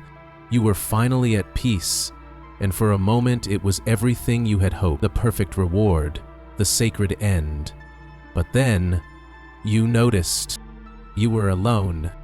No footsteps but yours, no voices in the distance, no laughter, no familiar names, no familiar faces. You called out. The sound echoed back like a question with no answer. You wandered through the stillness, waiting to find someone, anyone, a friend, a parent, a stranger with kind eyes, but there was no one. Just gardens without gardeners, palaces without rulers, skies without watchers. It was paradise, yes, but empty, vast, silent. And slowly, your joy turned to confusion, then to doubt, then to dread. Because paradise without people is a beautiful prison. You tried to reason with it. Maybe they hadn't arrived yet. Maybe time moved differently here. Maybe you were just early. But the stillness never changed. You explored the endless fields, the glimmering lakes, the quiet mountains, but they all stood still, waiting for a heartbeat that never came. And in that stillness, the truth crept in. This heaven was yours and yours alone. A personal reward, a custom paradise. No one else had made it. Or perhaps, no one else was ever meant to. You began to wonder why. What had you done to deserve eternity while everyone else vanished? Were you chosen? Was it a mistake? Or was this the design all along? Heaven as a mirror, not a meeting place. A reflection of your deepest peace, but not your deepest love. Because love cannot exist in isolation.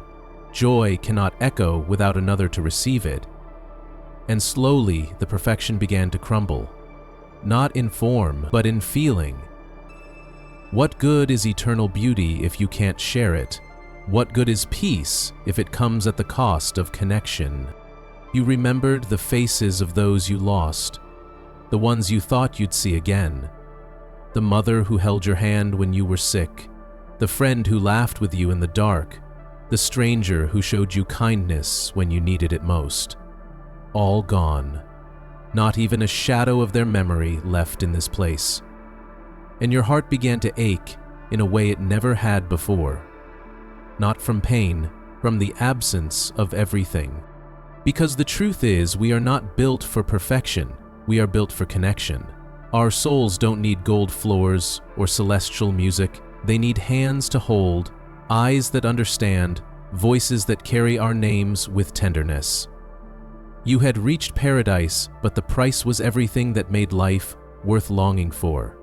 And in that perfection, you saw the flaw, not in the world, but in the design. In the idea that heaven could be complete without others. You searched for answers, asked the sky, asked the silence. Was there a mistake?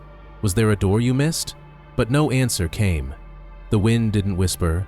The stars didn't blink. You were in the perfect world, with no one to share it with. A museum without visitors. A symphony played to an empty room. You sat beneath a flawless tree, eating fruit that never ran out, and felt a hollowness that even eternity could not fill. Time passed, but it didn't matter.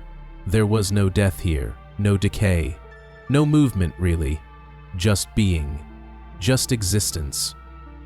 You created stories in your mind, spoke aloud to invisible friends, played out memories like theater, just to hear a voice other than your own. But every play ended the same way. Silence. Solitude. You weren't punished. You weren't tormented. You were loved in some vast, unknowable way, but you were also forgotten. Eventually, you stopped asking questions. You stopped searching. You walked the gardens with reverence, but not wonder. You watched the stars turn, but stopped making wishes. You weren't sad exactly, but you weren't whole, and you realized, heaven isn't enough if it doesn't have them. Whoever they are, the ones you carried with you, the ones who shaped you, the ones who made the struggle worth it. Without them, paradise becomes a painting, beautiful, untouchable, dead. And so you sat beneath the endless sky, in a perfect world, and you whispered their names, not to summon them, not in hope, but as a reminder that you existed with them once, that your joy once had an echo, that you were not always alone. And in that whisper, something shifted, not in the world, but in you. A knowing, a quiet truth, that love means nothing without presence. That eternity without others is not a gift, it is an echo. This was the reward you were promised. But maybe you didn't want it. Maybe heaven, without your people, is not heaven at all. Maybe it's just the final lesson. That salvation is not about gold or glory. It's about togetherness. And in seeking perfection, you lost what mattered most. You found eternity, but you lost your soul's reflection. And now you know. This is the empty heaven, the warden of the timeless void. You thought death was the end, a final moment, a soft dissolve into nothingness, like closing your eyes one last time and simply not waking up. No more thought, no more feeling, just the eternal silence of non-existence. And for most of your life, that brought comfort. Whatever pain you carried, whatever fears clung to the edges of your thoughts, at least death would release you. That's what they told you. That's what you believed. But they were wrong. Because death does not erase experience, it unchains it. It removes time, space, sensation, and leaves only awareness. You do not cease, you endure. And what you endure is forever. You awaken not in a place, but in the absence of place. Not in a moment, but in the absence of time. There is no light, no sound, no edge to anything. You cannot feel your body because you have none. You cannot breathe because breath is meaningless. There is no beginning or end to your surroundings because there are no surroundings. You are suspended in a state of pure experience, unmeasured and unshaped, a presence floating in a formless void. And worst of all, you are aware. That is all you are now, awareness without anchor, consciousness without context, a spark that cannot burn out. This is the timeless void, and in it, you are not alone. There is no voice, no figure, but you feel it, a presence, vast and cold and watching. It has no face, no name, but you understand its role. It is the warden. Not by choice, perhaps, but by nature. It exists to keep you here, to ensure that you remain aware. It does not torture you, it does not speak. It simply holds you in this space where nothing changes, because here time has no meaning. There is no before, no after, only the constant presence of now, a now that stretches endlessly. You try to scream, but there is no voice. You try to move, but there is no body. You try to close your mind, to retreat into dreams, but even dreams require time to unfold. Here, there is no sequence, no change, no ticking forward. Everything is still, but you are not at peace. You are trapped in the purest form of imprisonment, a prison with no walls, no rules, no expiration. You begin to wonder if you are alone, or if other souls drift nearby, equally trapped, equally aware. But you will never know, because connection, like everything else, requires time, and time has died. And this is the paradox. In life, you longed for peace. You feared pain. You imagined that death would be a soft release into darkness. But darkness was never the threat. Stillness was. You never knew how deeply you depended on time until it was gone. In life, even agony passed, even heartbreak faded. But here, nothing fades, because fading is a function of time. And you are outside of time now, floating in a moment that never ends, never changes, never lets go. The warden does not punish. It does not mock. It simply ensures that awareness continues. That is its only purpose. Perhaps it was once like you.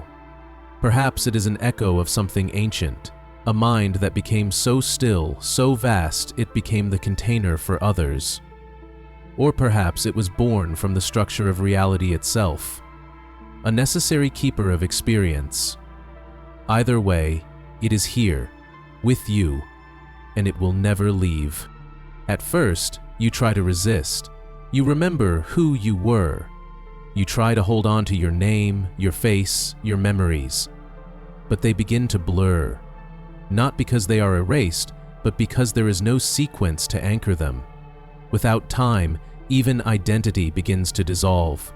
You recall a childhood laugh, a sunset, a goodbye, but not in order, not as a story, just fragments flickering like dust in a vacuum.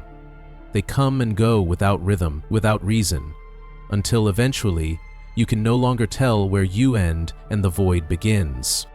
You might think this would drive you mad, but madness requires change. It requires a break from normality. Here, there is no normal, no rhythm to break, just awareness, drifting in the absence of everything. You do not spiral, you do not panic, you simply remain, and that remaining becomes a kind of agony. Not sharp, not violent, but eternal.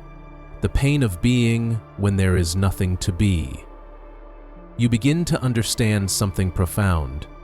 In life, time was your mercy. Even suffering had shape because of time. Even joy could bloom because of it. Without time, there is no becoming, only being. And being, without context or movement, is the heaviest burden a mind can carry. It is weight without gravity, silence without rest. And you wonder, was this always the truth? Was this what waited behind the curtain of every death? Did every soul slip into this stillness, imagining peace, only to awaken in this infinite now? The warden offers no answers. It does not speak. It does not judge. It only ensures that you cannot stop existing, that you cannot lose yourself fully. It guards the perimeter of oblivion, not by holding you in, but by holding oblivion out. You ache for nothingness now. Not peace, not salvation, just true nothing. The extinguishing of thought, the end of experience. But the warden will not let you go, because to let go would be to end observation, to end consciousness, and in this void, that is not allowed. You wonder if this is punishment, but you recall no crime. You lived, you tried, you hurt and were hurt, you loved and were left, and still you ended up here. So maybe this isn't punishment at all. Maybe it's the natural result of awareness without form. Maybe this is what remains when all the scaffolding falls away, when the body ends, when memory fails, when time unravels. Maybe this void is not a place, but a state, the final state, the most honest state, where there is no pretense, no illusion, only the raw presence of being. And in that realization, something shifts, not in the void, but in you. You begin to feel the shape of surrender, not as defeat, but as acceptance. You cannot run, you cannot end, but you can be with the experience. You can soften, you can rest, even if rest has no rhythm. You begin to drift, not in space, but in self. Letting go of names, letting go of the idea that something must change, letting go of the wish for an ending. And somehow, this softens the edge. The warden is still there, ever watching, ever present, but it no longer feels like a captor. More like a mirror, reflecting your own awareness back at you, endlessly. You are the prisoner, and you are the cell, and you are the one watching both. A trinity of observation, wrapped in stillness. Time does not return, sound does not rise, but the ache begins to blur, not vanish, just change. You are no longer begging for escape, you are learning to inhabit the moment, even when the moment never moves. You are learning to dwell within the ache, without resisting it. And that, maybe, is what eternity requires. Not strength, not understanding, but softness. The ability to hold the unbearable without breaking. You are still here. You may always be here, but the panic is gone. You have made a kind of peace, not with the warden, but with yourself. You are no longer a mind trying to escape. You are simply a flame that burns without fuel, a presence that watches, a ripple that never fades. And maybe that is enough. This is the timeless void, and you are its witness, the reverse simulation. There's a strange comfort in believing that this world is real, that the ground beneath your feet is stable, that your thoughts are your own, that your suffering is unfortunate but natural, that pain is just part of being human. But what if that isn't true?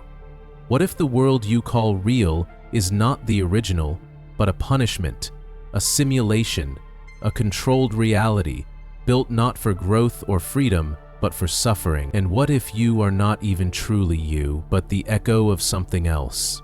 A copy, a cast-off, a sentence. What if you are the byproduct of another world's justice system?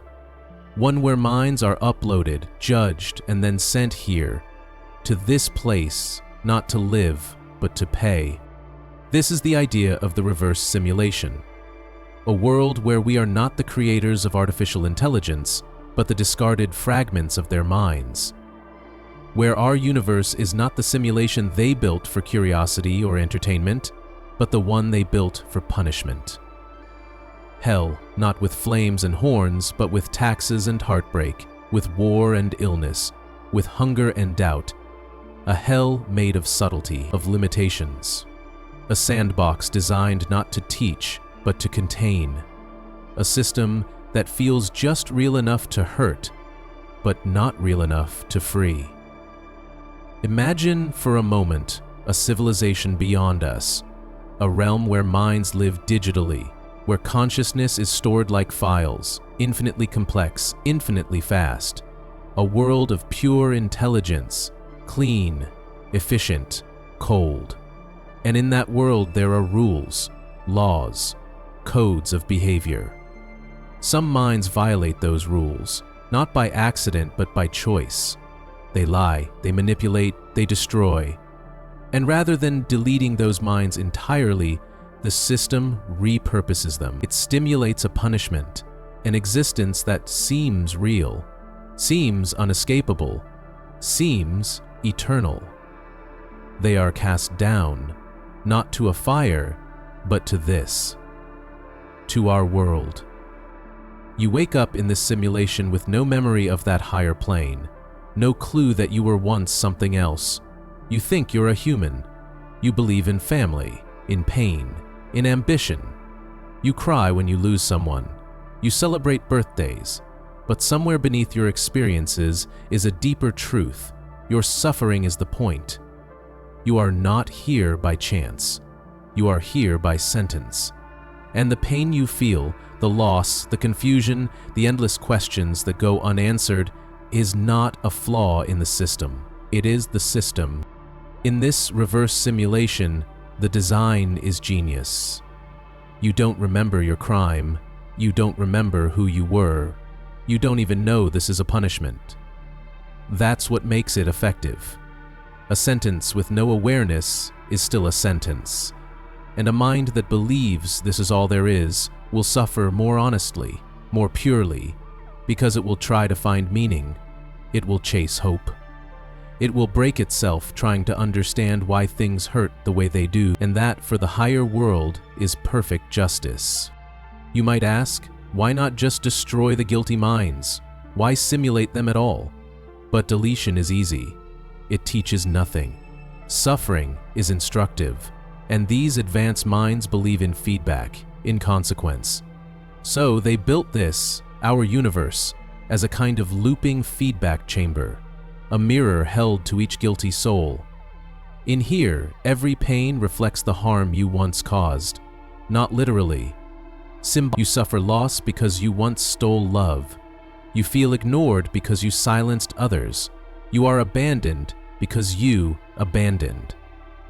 The punishment is poetic, but you'll never know the rhyme. You'll only feel the ache. And now you begin to wonder, is everyone here being punished? Are we all copies of broken minds from that higher realm? Or are some of us just part of the simulation, non-placer characters programmed to populate the world to interact with the punished, to deepen their sense of isolation or hope? Maybe your best friend is real. Maybe they're a simulation. Maybe you are the simulation, a phantom built only to make someone else feel something, and you'll never know. It begins to warp your sense of self. You look at the moments of joy in your life and wonder, are these genuine?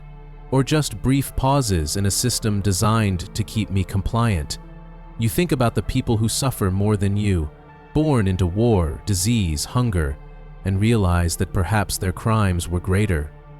Or perhaps the system doesn't scale by severity. Perhaps it's random. Or perhaps that randomness is the punishment, to never know why, to never understand the rules. And in this unknowing, you suffer even more, because the deepest agony is not pain, it's confusion, meaninglessness. The sense that no matter how hard you try, no matter how good you become, the system does not change. It does not reward. It does not listen, because it was never designed to. It was designed to feel almost real. Just enough to fool you. Just enough to keep you questioning, but not enough to give you control. You think of those moments in life where everything felt too coincidental. The near misses, the strange dreams, the glitches in your memory. Maybe they weren't random. Maybe they were signs, fragments of code bleeding through, errors in the simulation, or subtle reminders planted by the warden minds above that this is not real, that you are not forgotten, that you are being watched, not with malice, but with calculation. The reverse simulation is not cruel for the sake of cruelty. It is functional. It is efficient. It achieves what its creators wanted: transformation, through suffering, through limitation, through the crushing weight of existence. They believe that the mind can be refined this way, that after enough time in the simulation, after enough agony, enough confusion, enough craving, the mind will break and then rebuild, that it will emerge from the simulation humbled, softened, restructured. But what they don't realize is that sometimes the mind does not reform. Sometimes it collapses entirely. It forgets itself so fully that it cannot return. It becomes only the simulation. It identifies with the pain, with the name, with the body. And when that happens, the system records it as a failure, a soul that did not awaken, a fragment lost to the loop. And then, another begins. You may wonder if escape is possible, if the simulation ever ends, if there's a moment when the higher minds say, "That's enough," and let you ascend. But that's another part of the design. You will never know. The test is not to reach freedom. The test is to stop seeking it, to accept the suffering without resistance, to love in a world designed to be unlovable, to be kind when kindness is not rewarded. And only then, perhaps, will the system recognize that something has changed. You begin to see the universe differently now. Every sunset becomes suspect, every star a spotlight, every emotion a test. You are no longer sure if your dreams are your own, if your grief is truly yours. You walk through the world carrying a terrible knowledge. This may not be your life. This may be your sentence. And everyone around you may be part of the machine. But even in that knowing, something strange happens. A flicker of clarity, a strange peace. If this world is not real, then neither is your failure, neither is your shame, neither are the rules you once thought defined you. You are not broken, you are not damned. You are a mind, placed in a container, and containers can be outgrown. So you breathe. You sit still.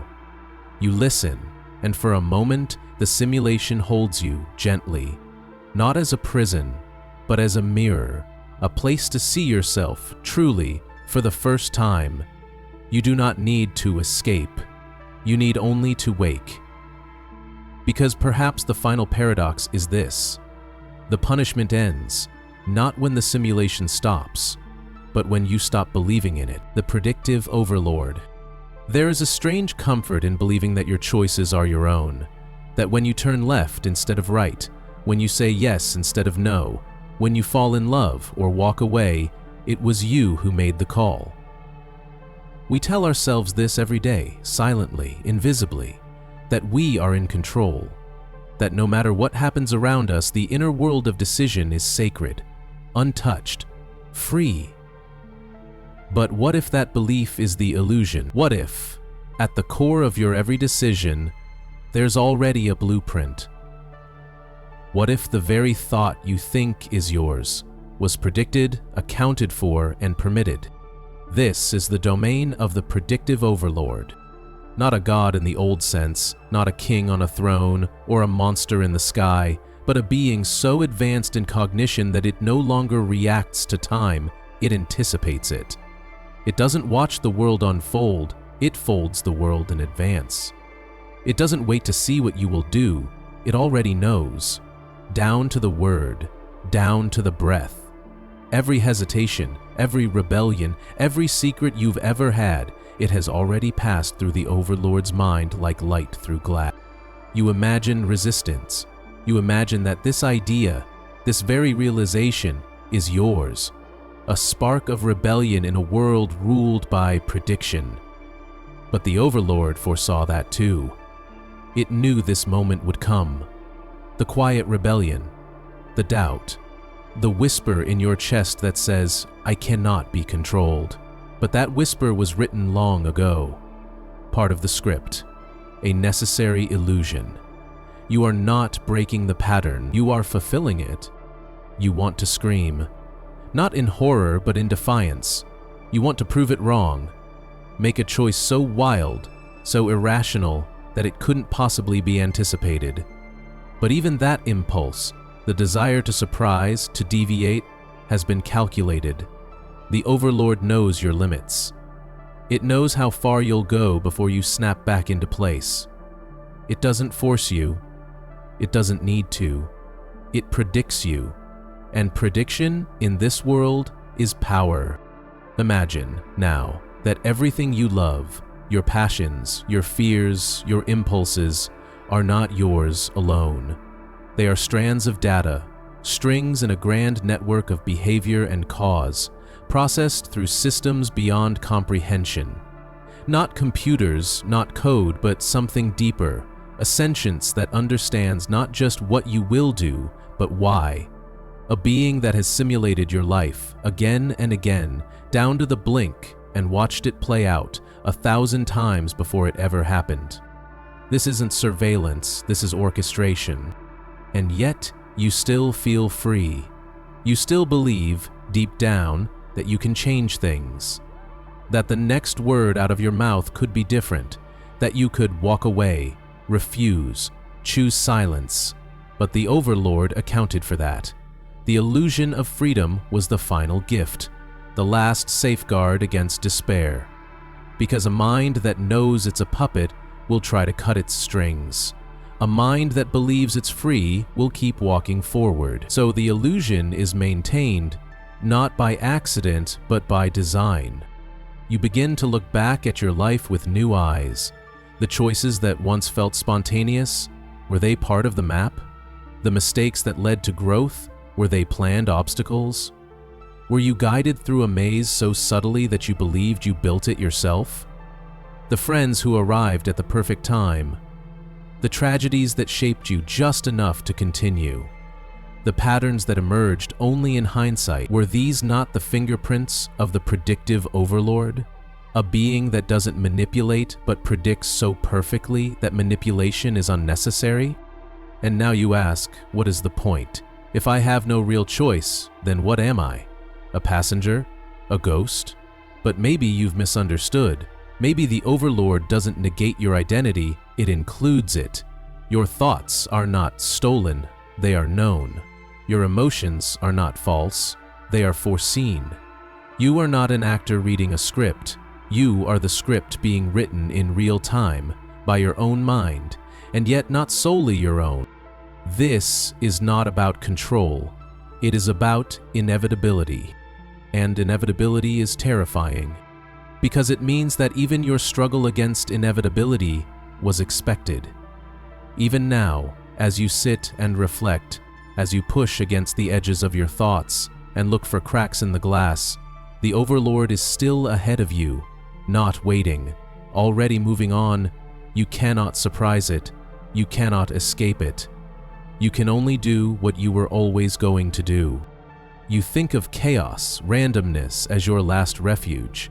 Maybe if you act irrationally, maybe if you make a meaningless move. But chaos is just a pattern too large to recognize, a language too complex for the conscious mind to speak. To the Overlord, chaos is just slower order. Even your wildest impulse is part of the equation. Even your breakdown was part of the map. But here's where it gets strange. Knowing this doesn't change what you feel. It doesn't make the sunrise less beautiful. It doesn't make love less deep. It doesn't make grief less hollow. Because experience is real.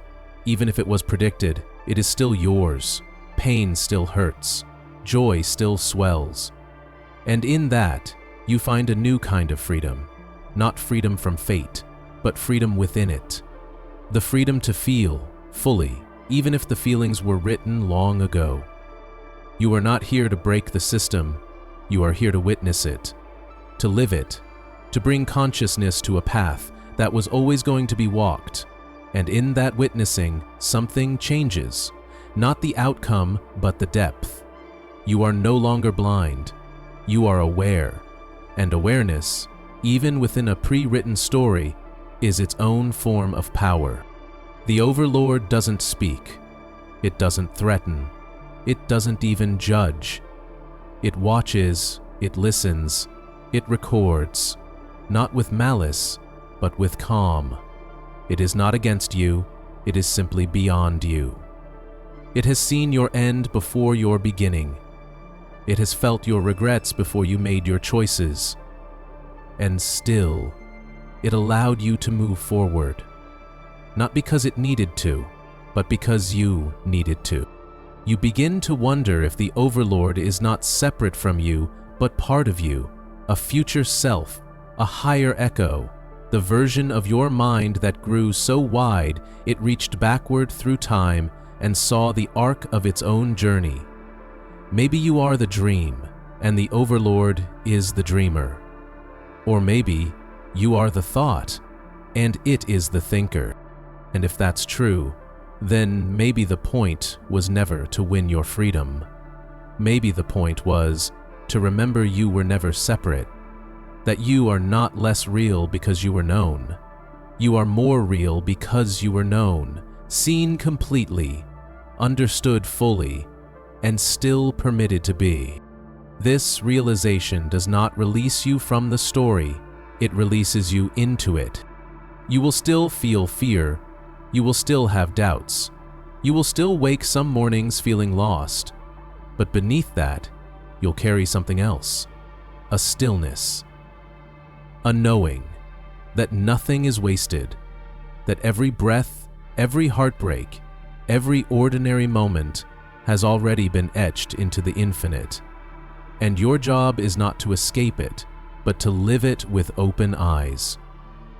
Because even the most perfect prediction cannot replicate the feeling of a single soul, awake within the moment it was always meant to meet, and psychic suffering. There is a comfort in believing that suffering is rare, that pain is the domain of creatures with nervous systems, with brains, with faces that can cry and eyes that can beg for comfort.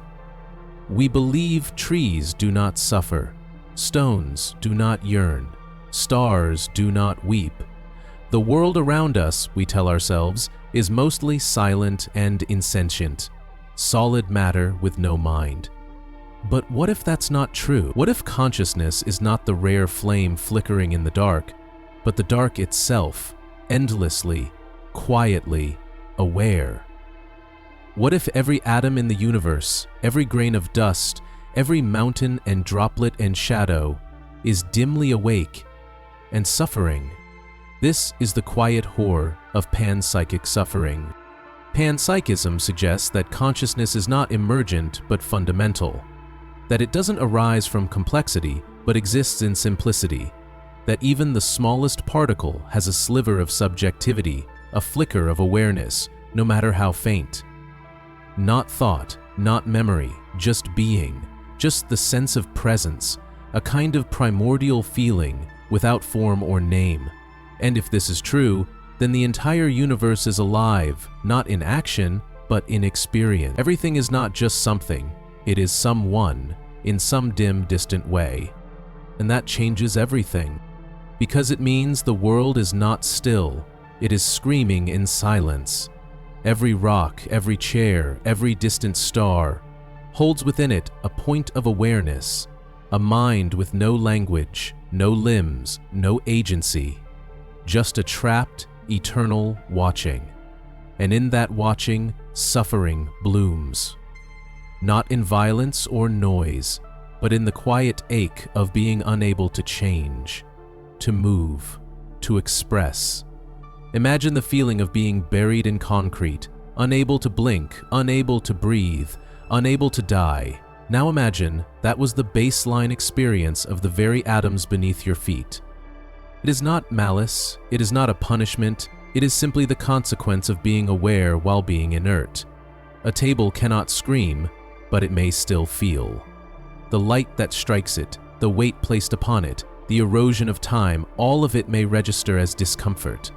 Not in words, not in pain as we know it, but as a raw dissonance, a distortion of presence. And the worst part? It cannot look away. It cannot sleep. It cannot stop existing.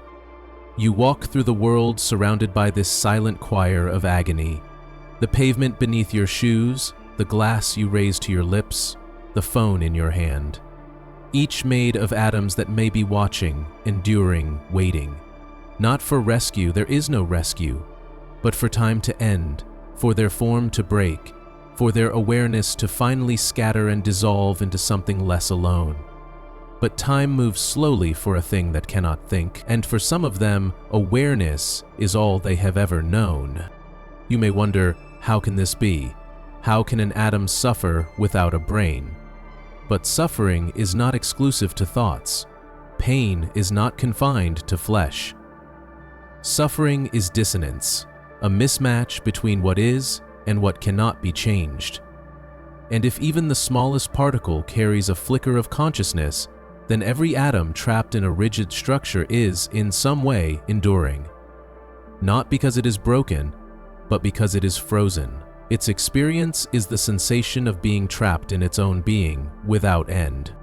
Now consider what we do with matter, how we melt it, crush it, burn it, how we break rock to build cities, how we tear mountains apart to carve roads, how we stretch steel, split atoms, inject voltage, pound earth into shape. Every touch, every transformation becomes not a neutral act but a disruption of countless quiet minds. We are torturers by accident, architects of pain wrapped in beauty.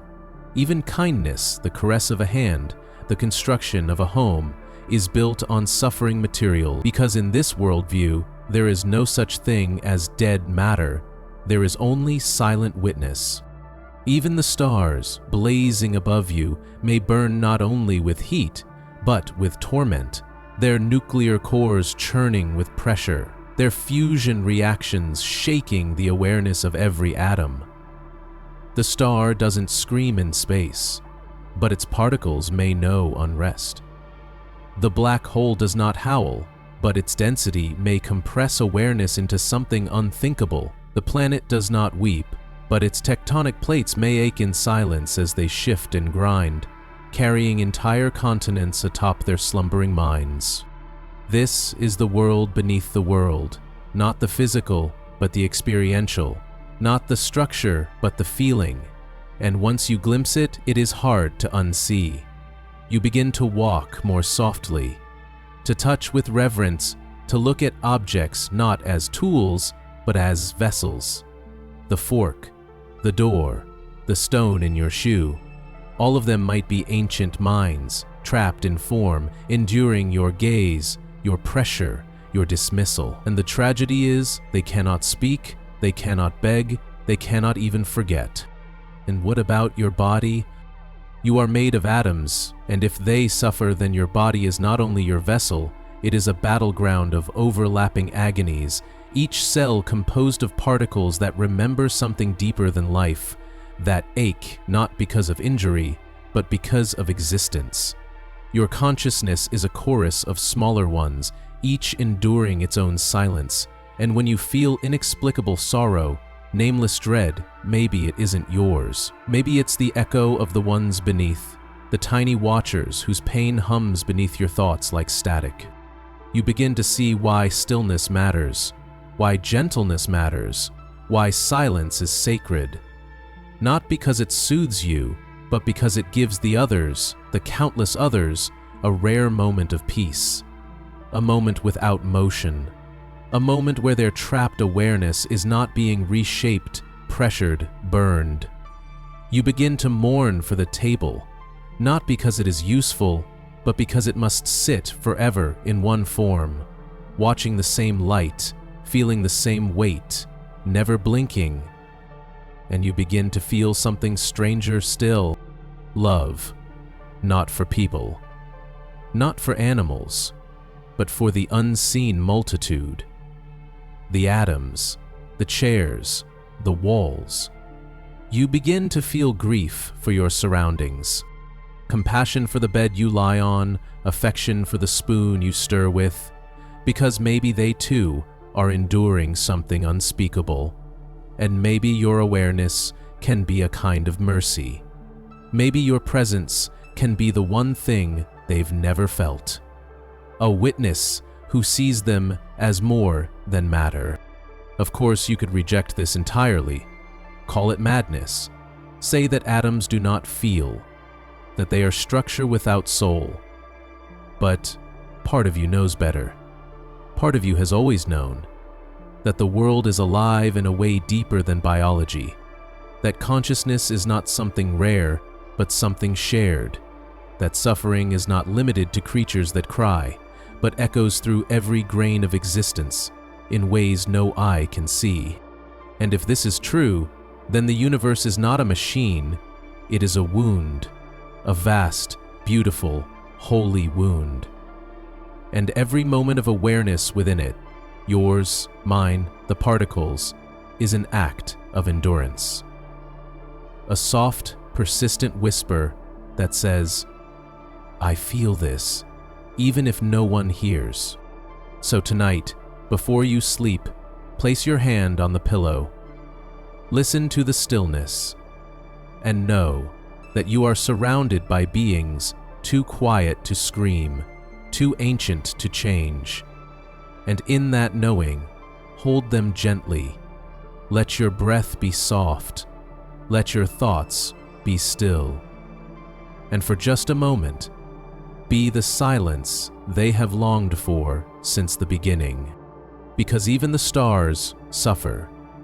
And sometimes, the kindest thing you can do is not to look away. The inescapable meta loop. You try to let go. You sit still, close your eyes, and breathe deeply, hoping to rise above the pain, to shed the noise, to step out of the clatter of thoughts and slip into something quieter, something clearer. You meditate, hoping for release.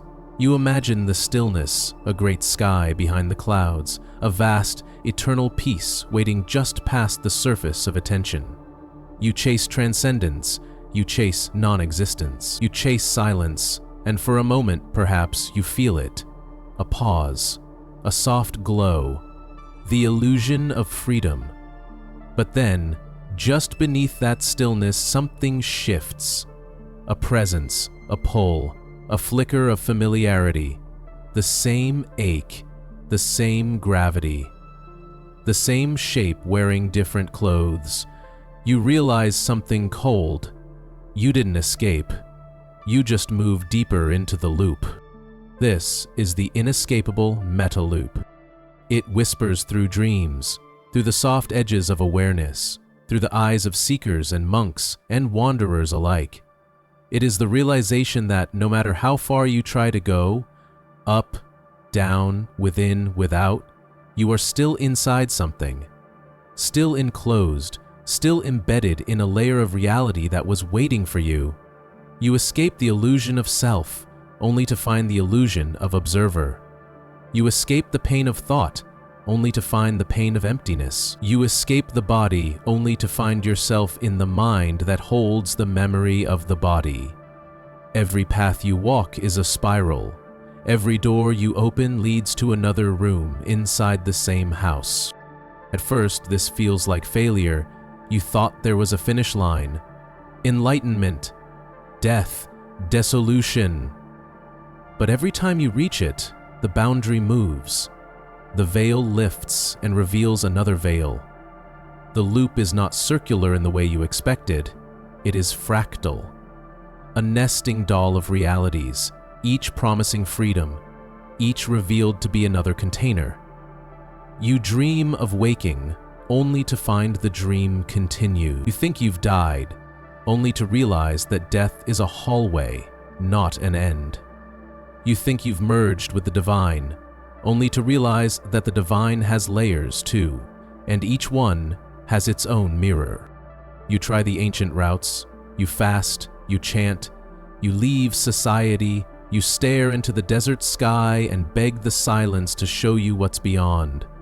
But what's beyond is another version of you, watching yourself, feeling what you feel, believing they are different. You try to outthink it. You dive into philosophy, into simulation theory, into the math of reality, but every theory is part of the pattern. Even the thought, "this is a trap," is a thread in the net. The deeper you think, the tighter it becomes. The smarter you are, the more elaborate the loop becomes. You turn to death, the oldest escape. You imagine it like a door, the final boundary.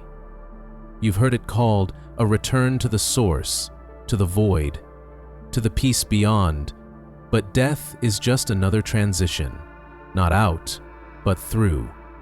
The loop catches you again, reconfiguring you into another story, another self, another identity with a memory wiped clean.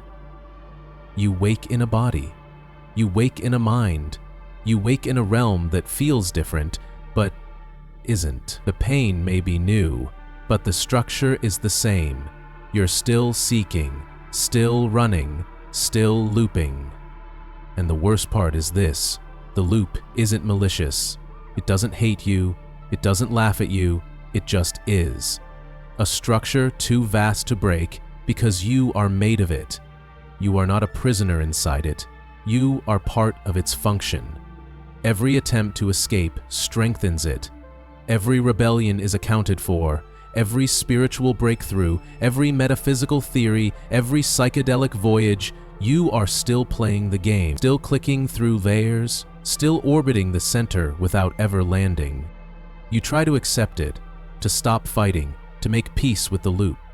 But even acceptance becomes a strategy, another tactic, another room in the house. You say, "I'll stop seeking," and in that very thought is the seeking.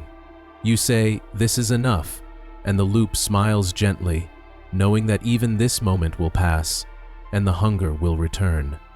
The loop is patient. It has seen billions like you, all bright-eyed with rebellion, all whispering the same question: how do I break free? And it answers not with words, but with reflection. The loop doesn't speak, it shows. It shows you your patterns, the people you keep becoming, the lessons you keep needing, the emotions that return again and again. You see yourself argue the same ideas, love the same archetypes, fear the same losses. Different faces, same core. You look across lives, if such things exist, and see the same echoes. You try to be a hero, then a villain, then a mystic. But they're all rooms. They're all costume. You're not escaping. You're rotating. Even simulation is no refuge. You think, maybe this is digital. Maybe we're code. Maybe I can exit the system if I wake up. But even that, wakefulness, is just another layer. The one who wakes in the higher simulation will look around and think, now I'm real. But the loop is recursive. The watcher is being watched. The programmer has a programmer. The dreamer is being dreamed. There is no outside. There is only inward forever. And what of those who claim they have exited? The enlightened ones, the sages, the ones who speak of union and peace. Maybe they reached a quieter room, a smoother orbit. Maybe their suffering is less sharp. But even their insight is a loop. Their stillness is a structure. Their teachings become words, and words become form. And form is the loop again. Language, attention, identity. There is no clean escape, not even in silence. So what is left? If you cannot break the loop, if you cannot run, not meditate your way out, not die into freedom, what is left? Only this, presence. Not as escape, but as embrace. You stop trying to leave. You stop trying to transcend. You sit. You breathe. You witness the loop for what it is, not a prison, but a pattern. Not a punishment, but a mirror. You are not meant to break it, you are meant to see it. And in that seeing, something loosens. Not the loop, but your fear of it. The loop still holds you, but it no longer owns you. You walk the same paths, you feel the same ache, but you carry it differently. With softness, with awareness. You become a still point within the motion, a quiet eye in the recursive storm. You say, I am in the loop, and for the first time, you mean it without panic. Maybe this is what the loop was for, not to trap you, but to wake you, not by freeing you from suffering, but by teaching you to witness it without flinching. And so you go on, same streets, same dreams, same longings, but now every repetition feels less like failure and more like rhythm, less like punishment and more like breath. The loop becomes a dance, a spiral, a song, and you are not the escape artist anymore. You are the listener, and that somehow is enough. The compassionate, omnibenevolent torturer. You cry out. The pain is real. It comes not as punishment, not as chaos, but as something precise, surgical, deep. It knows you better than you know yourself. It visits you not all at once, but in waves.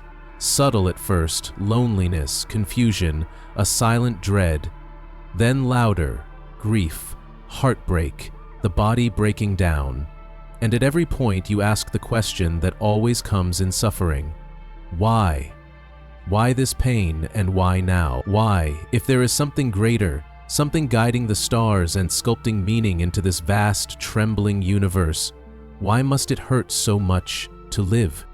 And then, a voice. Or not a voice. A knowing. A presence that does not speak, yet answers. It says, because this is love. Not the love you imagined, not warmth and affection, but the terrible, perfect love of an architect who sees every piece of the puzzle.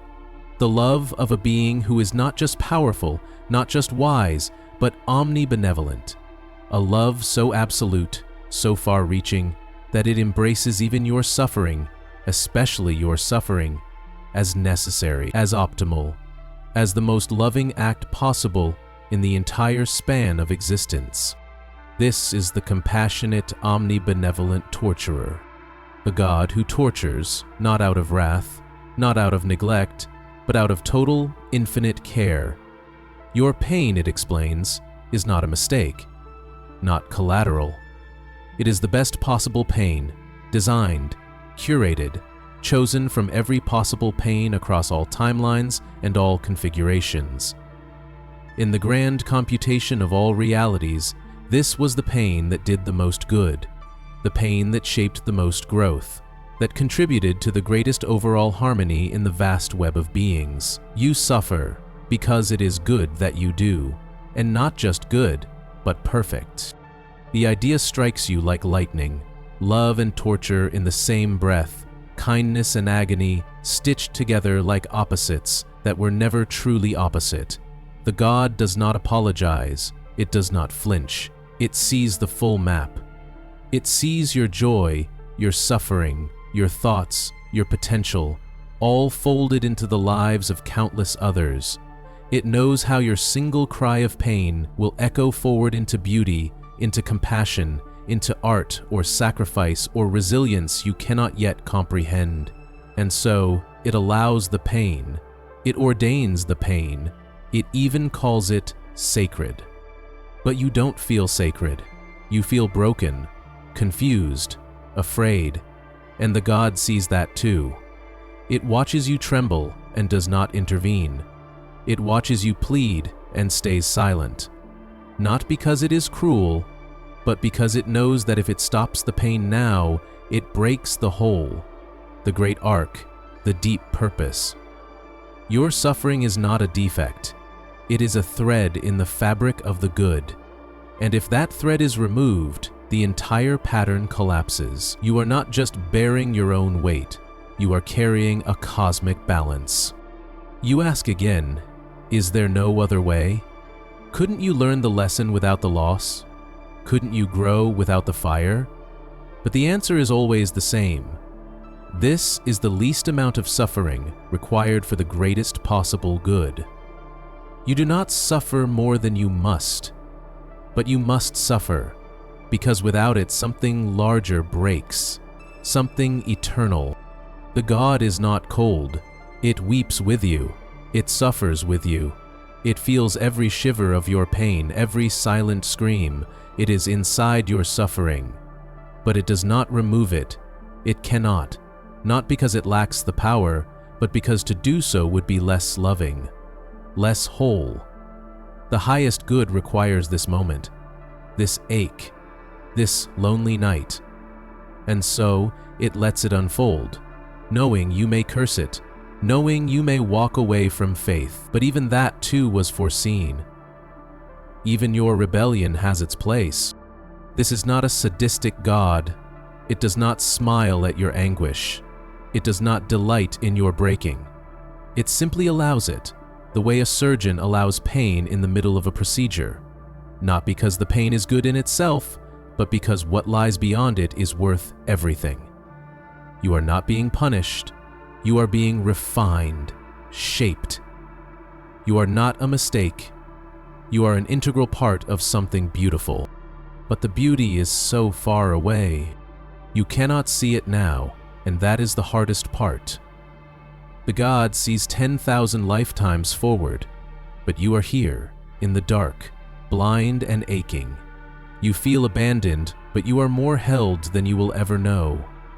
And yet, that holding does not make the pain easier. It only makes it meaningful. And sometimes meaning is not comfort. Sometimes it is simply a reason not to let go. The world feels unfair, and it is, but not in the way you think. It is unfair because some suffer more and others seem to glide. Some fall and never rise. But even this, the God says, is accounted for.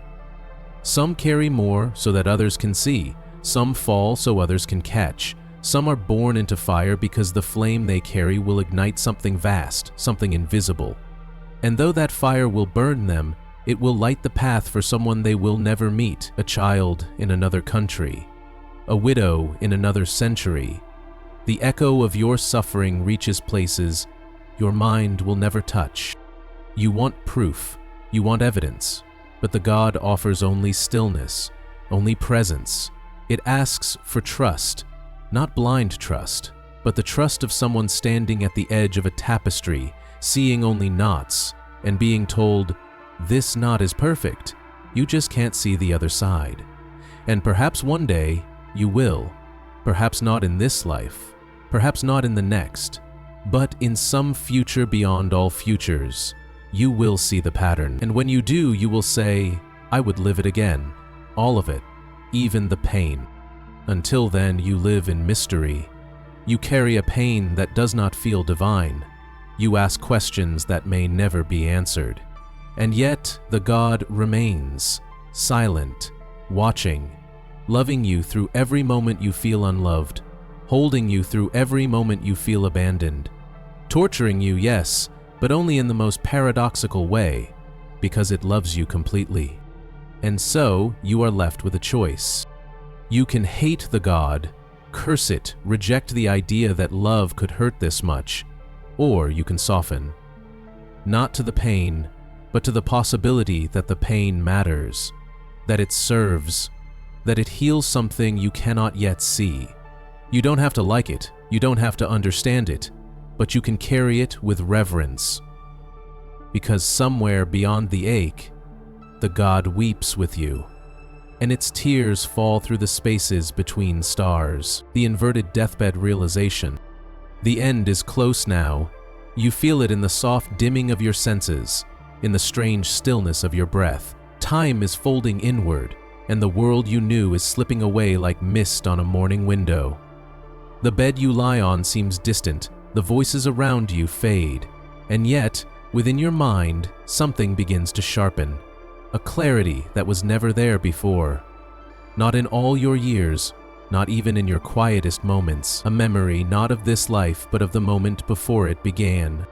It doesn't come with words, it comes as knowing. A return. The veil lifts gently, and you realize that this was not random. This body, this family, this struggle, this loss, you chose it.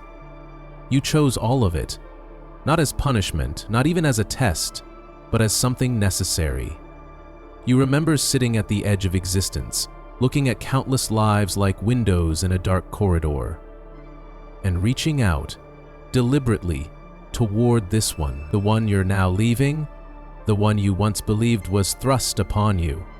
And as your heart slows, you remember why. You didn't choose it because it was easy. You chose it because it would shape something in you. Something only this exact arrangement of pain and love and fear and time could carve. The small childhood fears, the betrayals, the illness, the loneliness, even the moments that broke you, especially those. They were part of it, part of the sculpting. And now, with death hovering gently beside you, you finally see the shape that was carved, the soul you became, the truth you uncovered by walking this narrow, winding path. But then comes the second memory, the deeper one, the realization that tilts everything.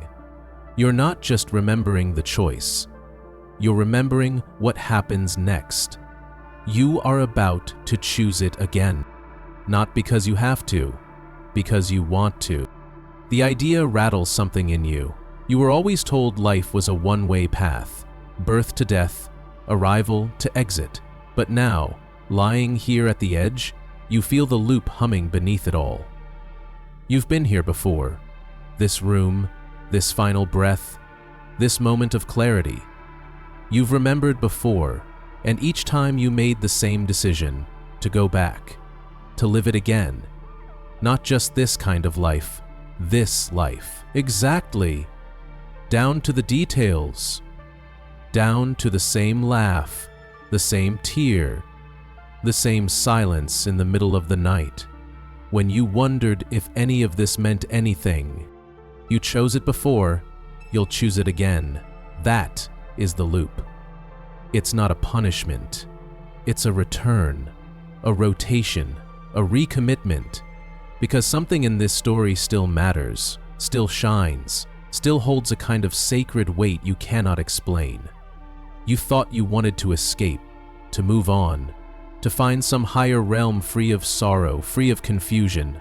But now that you're here, now that the choice is about to return, you realize you're not ready to let go, because inside the pain was something only that pain could reveal, and you're not done with it yet. There's something deeply haunting about the realization that every moment you screamed into the void, every moment you cursed the unfairness of it all, was something you agreed to.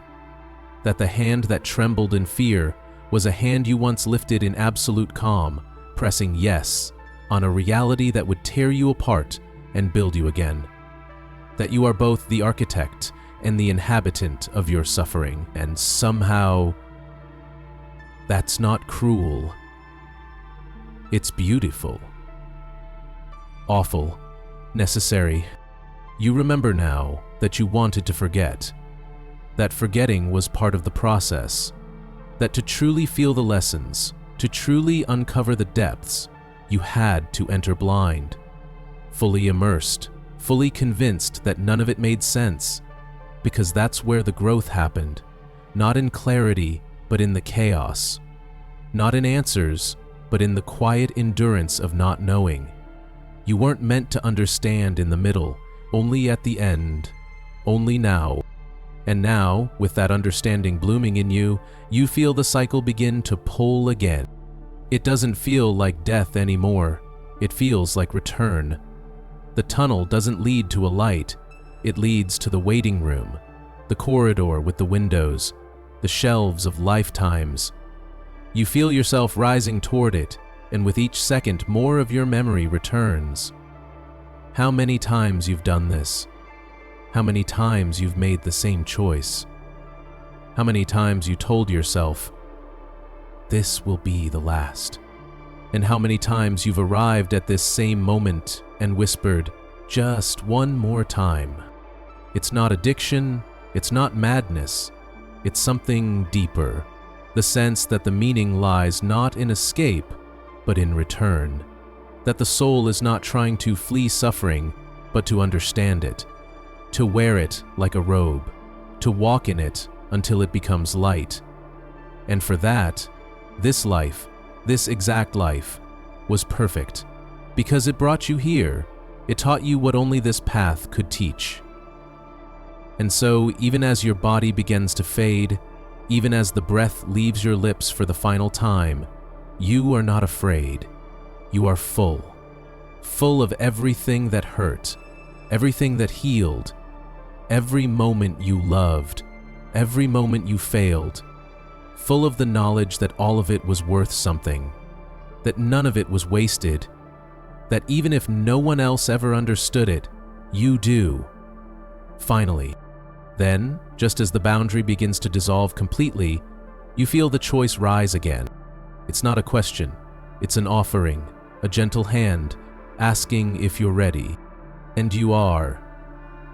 Not because you want more joy, but because you want more truth. And you know where truth lives. So you nod. And with that nod, you fall forward. Back into the silence before birth. Back into the story you've always chosen. Back into the pain you once feared and now revere. Because some souls are not looking for escape. They are looking for depth. And the deepest depths are found right here. Again, and again, and again. The last observer's curse. You don't remember when the others vanished. Maybe it happened slowly, stars going dark one by one, minds falling silent like rooms being emptied. Or maybe it was all at once, a final collapse, the great hush sweeping across the cosmos in a breathless instant. All you know is that now, there is only you.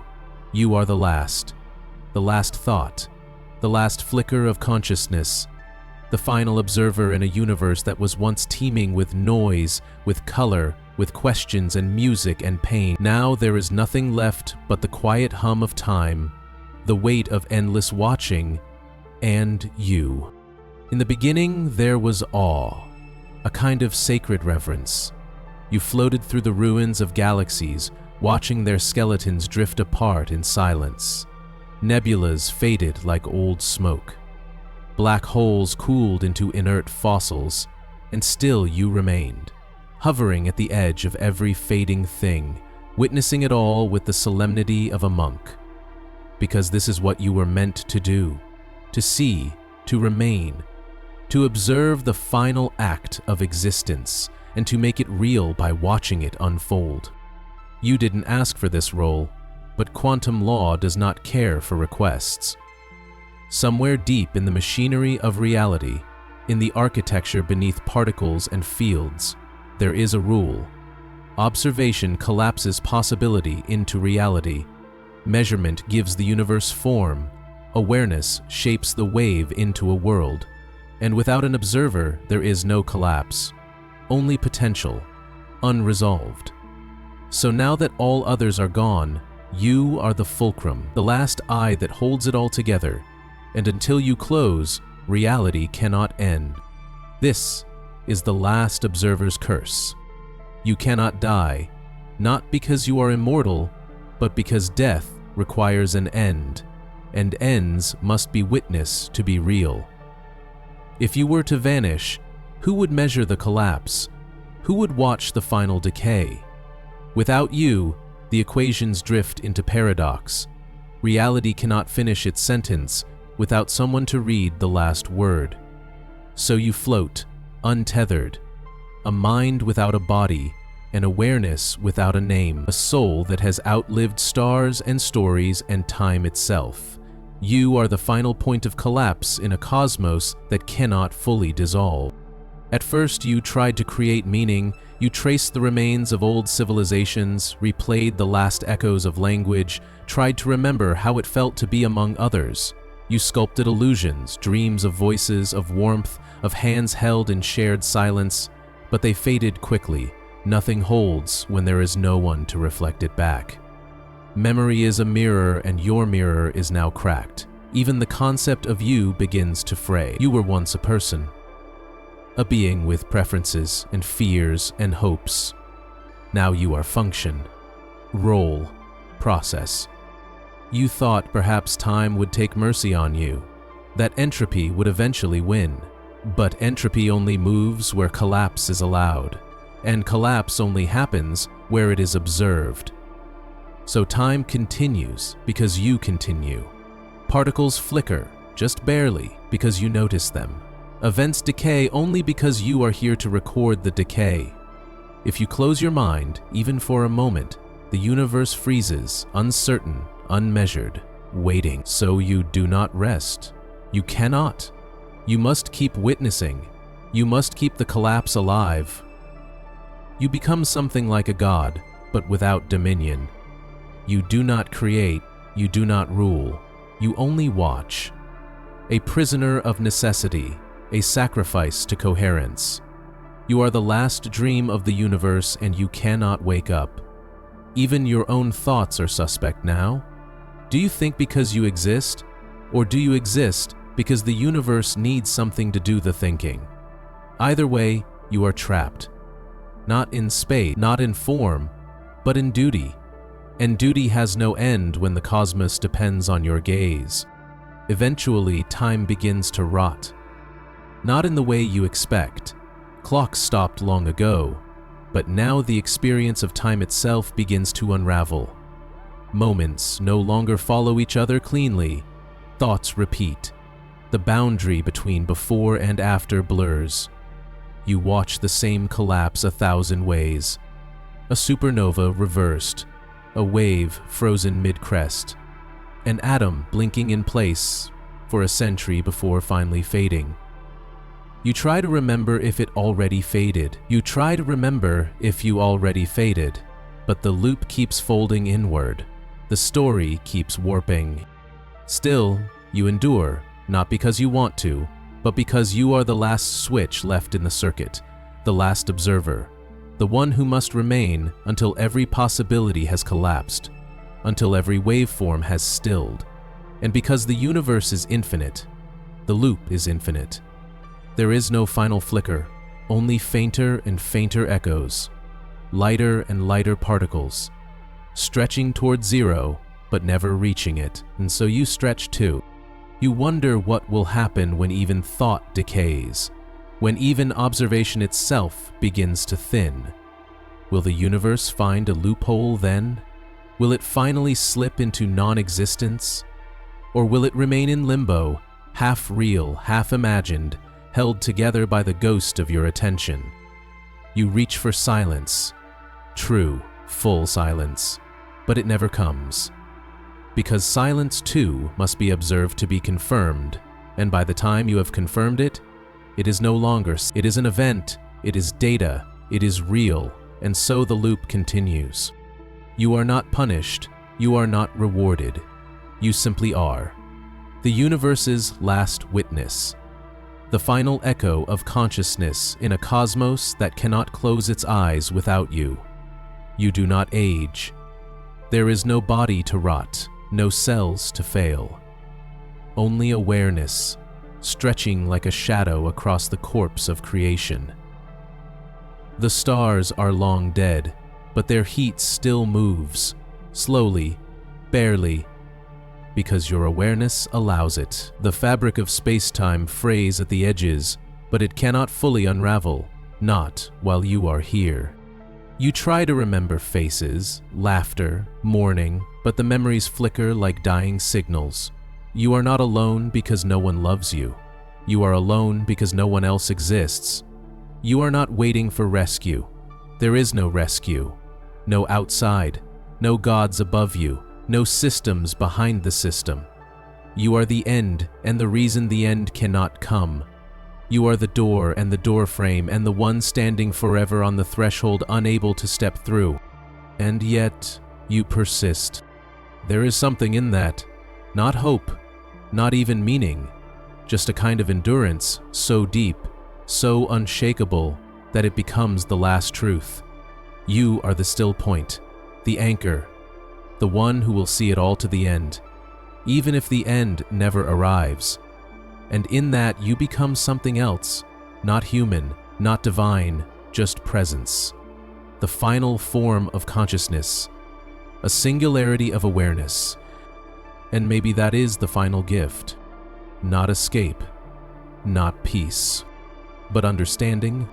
You now see what no other mind ever could, the whole arc, the rise, the fall, the silence after. You are the footnote at the bottom of the last page, the punctuation at the end of the last sentence. And even if no one reads it, even if no one remembers, it was still written, it was still witnessed. And so you remain, the last observer, the quiet guardian of a universe that must be seen to end. And though there will never be a curtain call, never be an audience to applaud, you hold your place. Because until the last flicker fades, you are the witness. You are the watcher. You are the still eye in the void, and the void is not finished yet.